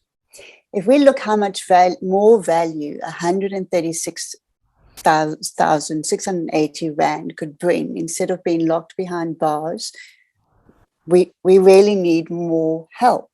If you feel moved by our work or can see the vision and the very real and tangible impact Smiling One could have on our society, please get in touch. We would love to collaborate, fundraise. You can sing our praises. You can shout about us, raise our profile, market our brand, anything, be creative, but we would love to hear from you. Let's pay to keep kids from crime instead of behind bars. We've proven we've got the solutions and we just need your support. So I think you can see that Smiling One has a huge amount more to give. We're committed. I mean, it's so much commitment is involved. I'm so humbled by all of you.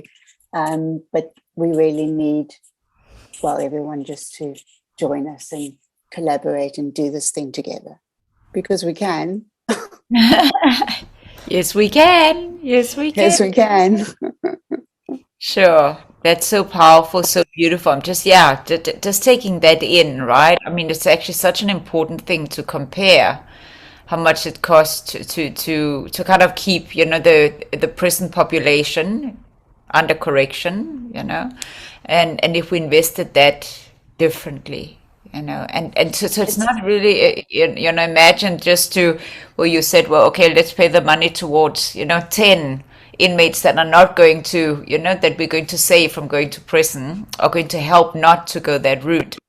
Already there we can run the Brandflay prison process, we have that 10 times, so it just makes a big difference.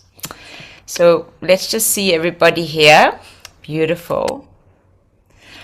Sure. What a rich, beautiful, beautiful experience there once. I'm so grateful. And I'm also curious about what touched you by being here today. And I know that, yes, we've gone a little bit over. My apologies. It's kind of always happens a little bit because we get a little bit carried away quite naturally, you know, by the beauty of the projects. So please forgive us, and thank you for sticking around. And it is also being recorded, so if anybody missed the last part, they can always revisit. But for those, so I would love to hear from Olivier, from Paul, from Louise, and of course, you know, from those that don't know you, how did it move you today, our AGM? Louise, would you like to start? Oh, you just got to unmute yourself, sorry. I have to confess to disappearing for some of it. There was a phone call I couldn't miss. Don't worry, that's fine. Wanderlust, but it is astonishing. Every part of it is so heartfelt and so well-founded. It's not hopeful rambling. It's really carefully thought about, organized, and lived out commitment, which I thought is hugely impressive and so heartening, because it's busy at work in the society. Yeah, beautiful. Thank you so much for witnessing, Louise, and for being here. And really, I think I should do much more, but I don't know if you see well, I can always blab about it. Thank you. Yeah, thank you so much. Thank you. Appreciate it. Let's see if Olivier, because I know he also has family commitments. He stayed online, but are you there, Olivier? Are you able to hear us? He has a beautiful little baby who just came to the world recently, so he might be otherwise engaged. Otherwise, I'm sure he will add a comment. He's been writing a lot of comments to me here on the Facebook chat. You know, also really humble to listen to the testimonials, how, as you were sharing, Theo, you know, Smiling One was helping me to get this virus out of my life. What a testimonial. Also, his second family, I'm humbled and speechless to listen. So it's just beautiful to feel the impact in our circle. I also have here Cherel writing in the chat. I have to drop off. Thank you so much for the invite, and sincerely hope that I'll be able to assist to make a small difference in your journey and what you want to accomplish with your programs. This is phenomenal, and thank you everyone that is involved. You guys are making a difference in lives of others. Thank you. Barbara also, she says she didn't expect it to take so long. My apologies, as we went a little bit over. But we'll certainly read the annual report carefully and get in touch with some ideas, blessings for your work. But she stayed until just before 1. So thank you so much. And Dave as well. So please accept my apology as I must leave now. This is a phenomenal AGM. And I'm really so proud of you and the team. So well done, team. Well done, team, for the incredible, absolutely incredible work. Paul, my love, would you like to share what today's AGM has moved you with? Absolutely. I'm contrasting it to the trajectory of sort of where the organization has come to over the time that I've been privileged to witness it. And to start at ground level,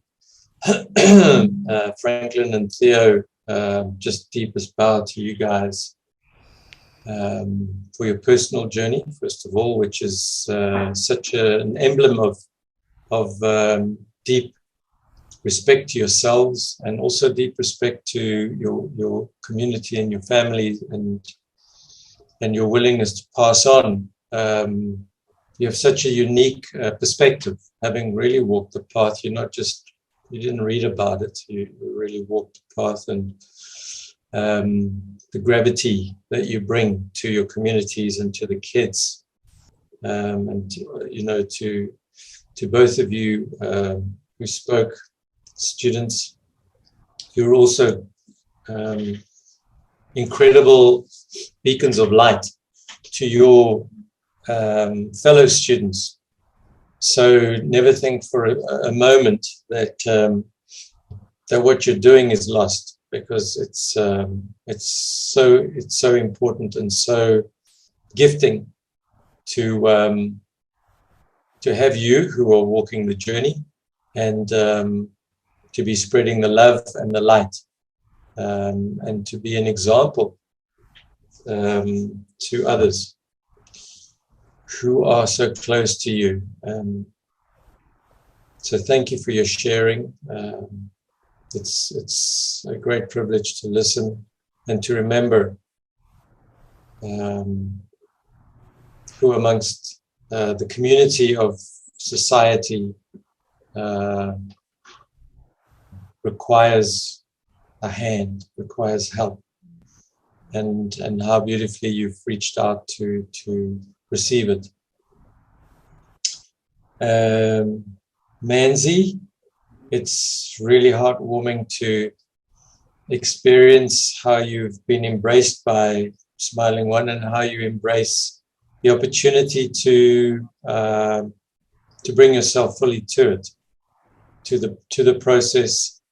I know that you have a very special relationship with Franklin and Theo, and I just look forward to seeing it develop and grow stronger and stronger. And I love I love everything that you said and that you wrote, and the vision that you bring, having lived outside of the country, and making Smiling One's vision a global vision, because of course South Africa is not alone by any means. Wherever there are human beings, there's opportunity for Smiling One to land and to express itself and to be received and to make a difference. So also touched, thank you for your presence, Manuela, and how you bring yourself, as you do with everything you do, fully into Smiling One's project. And yeah, and to you, my love, to recognize the hours and hours of passion that you bring to the work, and the belief that you have in the vision, and the belief that you have in your connection to Franklin and Theo and the other coaches, and what they're all doing, and the way that you look forward to the Tuesdays and going to sit amongst the men and really feeling deeply into their processes and gifting them, but also, as you say, being deeply gifted by what they bring in the process. So deepest bow to you, and feel so privileged and lucky to be able to witness at such close heart space level how the project allows you to walk barefoot in the world. It's very touching. Yeah, very. There's nothing between. There's nothing that stands between you and what you're willing to give to the project and the people in the project, and in essence, humanity. In reality, it's a profound gift to humanity, and a profound teaching to humanity that the justice system requires an overhaul. And what a great opportunity, which leads me to my last point, that it feels like Smiling One is now uniquely poised at a particular moment where a wider engagement is ready to be taken on. The pudding, the cooking has sat adequately in the oven of preparation, and it's really time for the rest of the outside world to come in and taste what this delicate, simple on some level, but incredibly complex opportunity awaits. So all of these ways, I'm deeply touched and moved, and grateful for the privilege to know each of you, and to journey in this aerial hovering space. Yeah, alongside. Thank you. Thank you, everybody. So much. Beautiful. Wow. Thanks. Let's go to the team up here on the left. Franklin, Theo, Jamie, and Bridget. What are you taking out of this space today? What moved you today in our space? I think I will start by saying the togetherness, the joint adventure. I think that symbolically for what our annual report is about, you know, the hands coming together. So I love the support. I can't stretch enough how much appreciative I am for Smiling One family and friends. You know, they make a lot possible. Make my heart just grow fonder of the process, and I can really appreciate each and every one that tuned in, that was here with us, and thanks for the rest of the guys here with me for also joining in today. So thank Thanks, you. Franklin. Thank you. Theo? Oh dear, for me, it's just keep on learning. Keep on learning, dear. Yeah, keep on learning. And yeah, it's amazing. It's really amazing, as I've said, because for me, if I keep on learning, I don't say much now where I live. It is the talk that speak volumes, and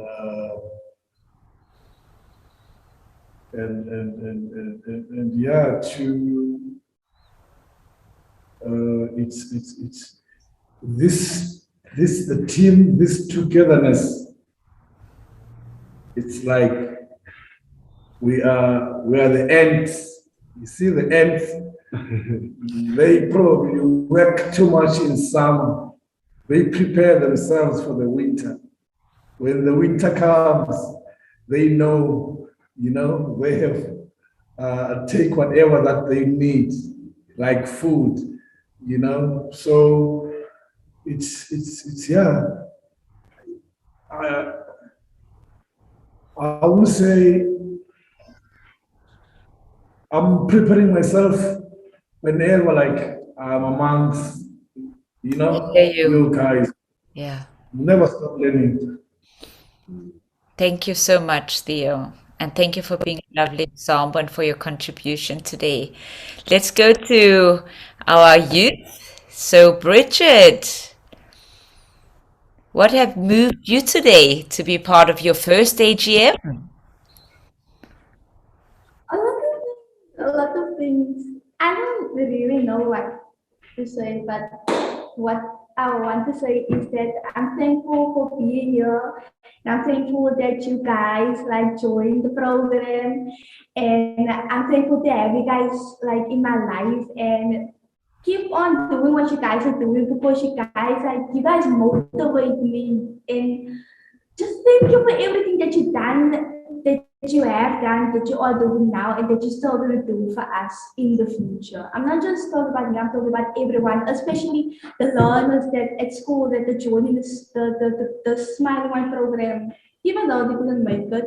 But yeah, and I will always have you guys in my thoughts, in my prayers, in my heart. And just thank you. And it was really an honor to meet you guys. And I hope I will like see you guys like really, because I don't just want to see you over a laptop. And I want to see you. I want to feel you, baby. Thank you, Bridget. So beautiful. Thank you. We'll see you very soon, because I mean it must be time for. Oh no, we did the May birthday celebration, but we'll soon do the next month. We're going into June, so we soon have another birthday celebration coming up. Thank you so much, Bridget, and you, Jamie, dearest. Is it your birthday in June? No. Ah, Jamie, when is your birthday, Bridget? Mine was the 4th of April. Oh, there you go. So you were part of the birthday celebrations last time. Beautiful. Very nice. Jamie, would you like to share some words? What moved you today? Being part of your AGM? Your first AGM? It's a lot. Yes, I know it's a lot. But all I want to say is look for something positive in every day, although it needs to look at the every day. That's all I want to say. Just say that again. The sound wobbled a little bit. Come a bit closer there.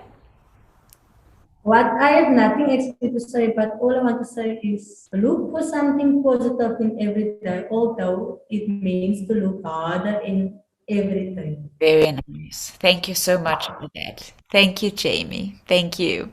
Manuela, what moved you to, and I know you have kind of said it, but I'd like just to. I mean, I think for me that I'm left mostly just feeling incredibly humbled and grateful and appreciative of the little voices inside of all of us that yearn for something better. Beautiful. So following that light, and wow, the courage of facing all those deep, devastating, profound woundings. Yeah. And that's real courage. And I know what I'm going to end with. I heard recently from Brene Brown, she said such a great thing. She said that leadership has been, in the past, has come from a place of muscle. And at the moment, we're in a place of brain in terms of our leadership. But the leadership of tomorrow will be coming from the heart. And you guys are already doing it. You are tomorrow's leaders. You're today's leaders tomorrow. Yeah. I have such faith in you. You have no idea. And I'm so grateful. Beautiful. Sure. I'm just sitting, it's this showering of this beautiful energy and what we have co-created together. And that's for me a big word of co-creation, collaboration. What's possible when all these beautiful hearts begin to sing as one. And today is for me a celebration of that. And I feel privileged that that's really what we operate in every single day.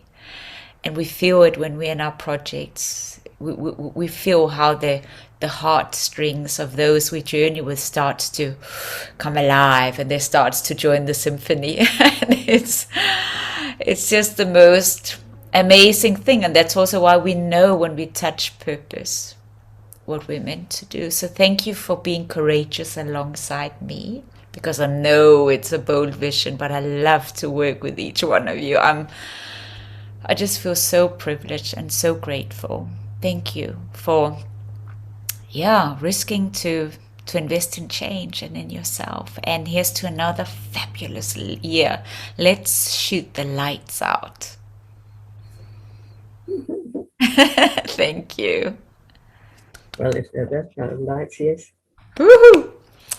I see you in the projects, and thank you so much, Louise, for being here today. Thank you, Olivier. I know you did say you had family commitments. Paul, my love, thank you so much.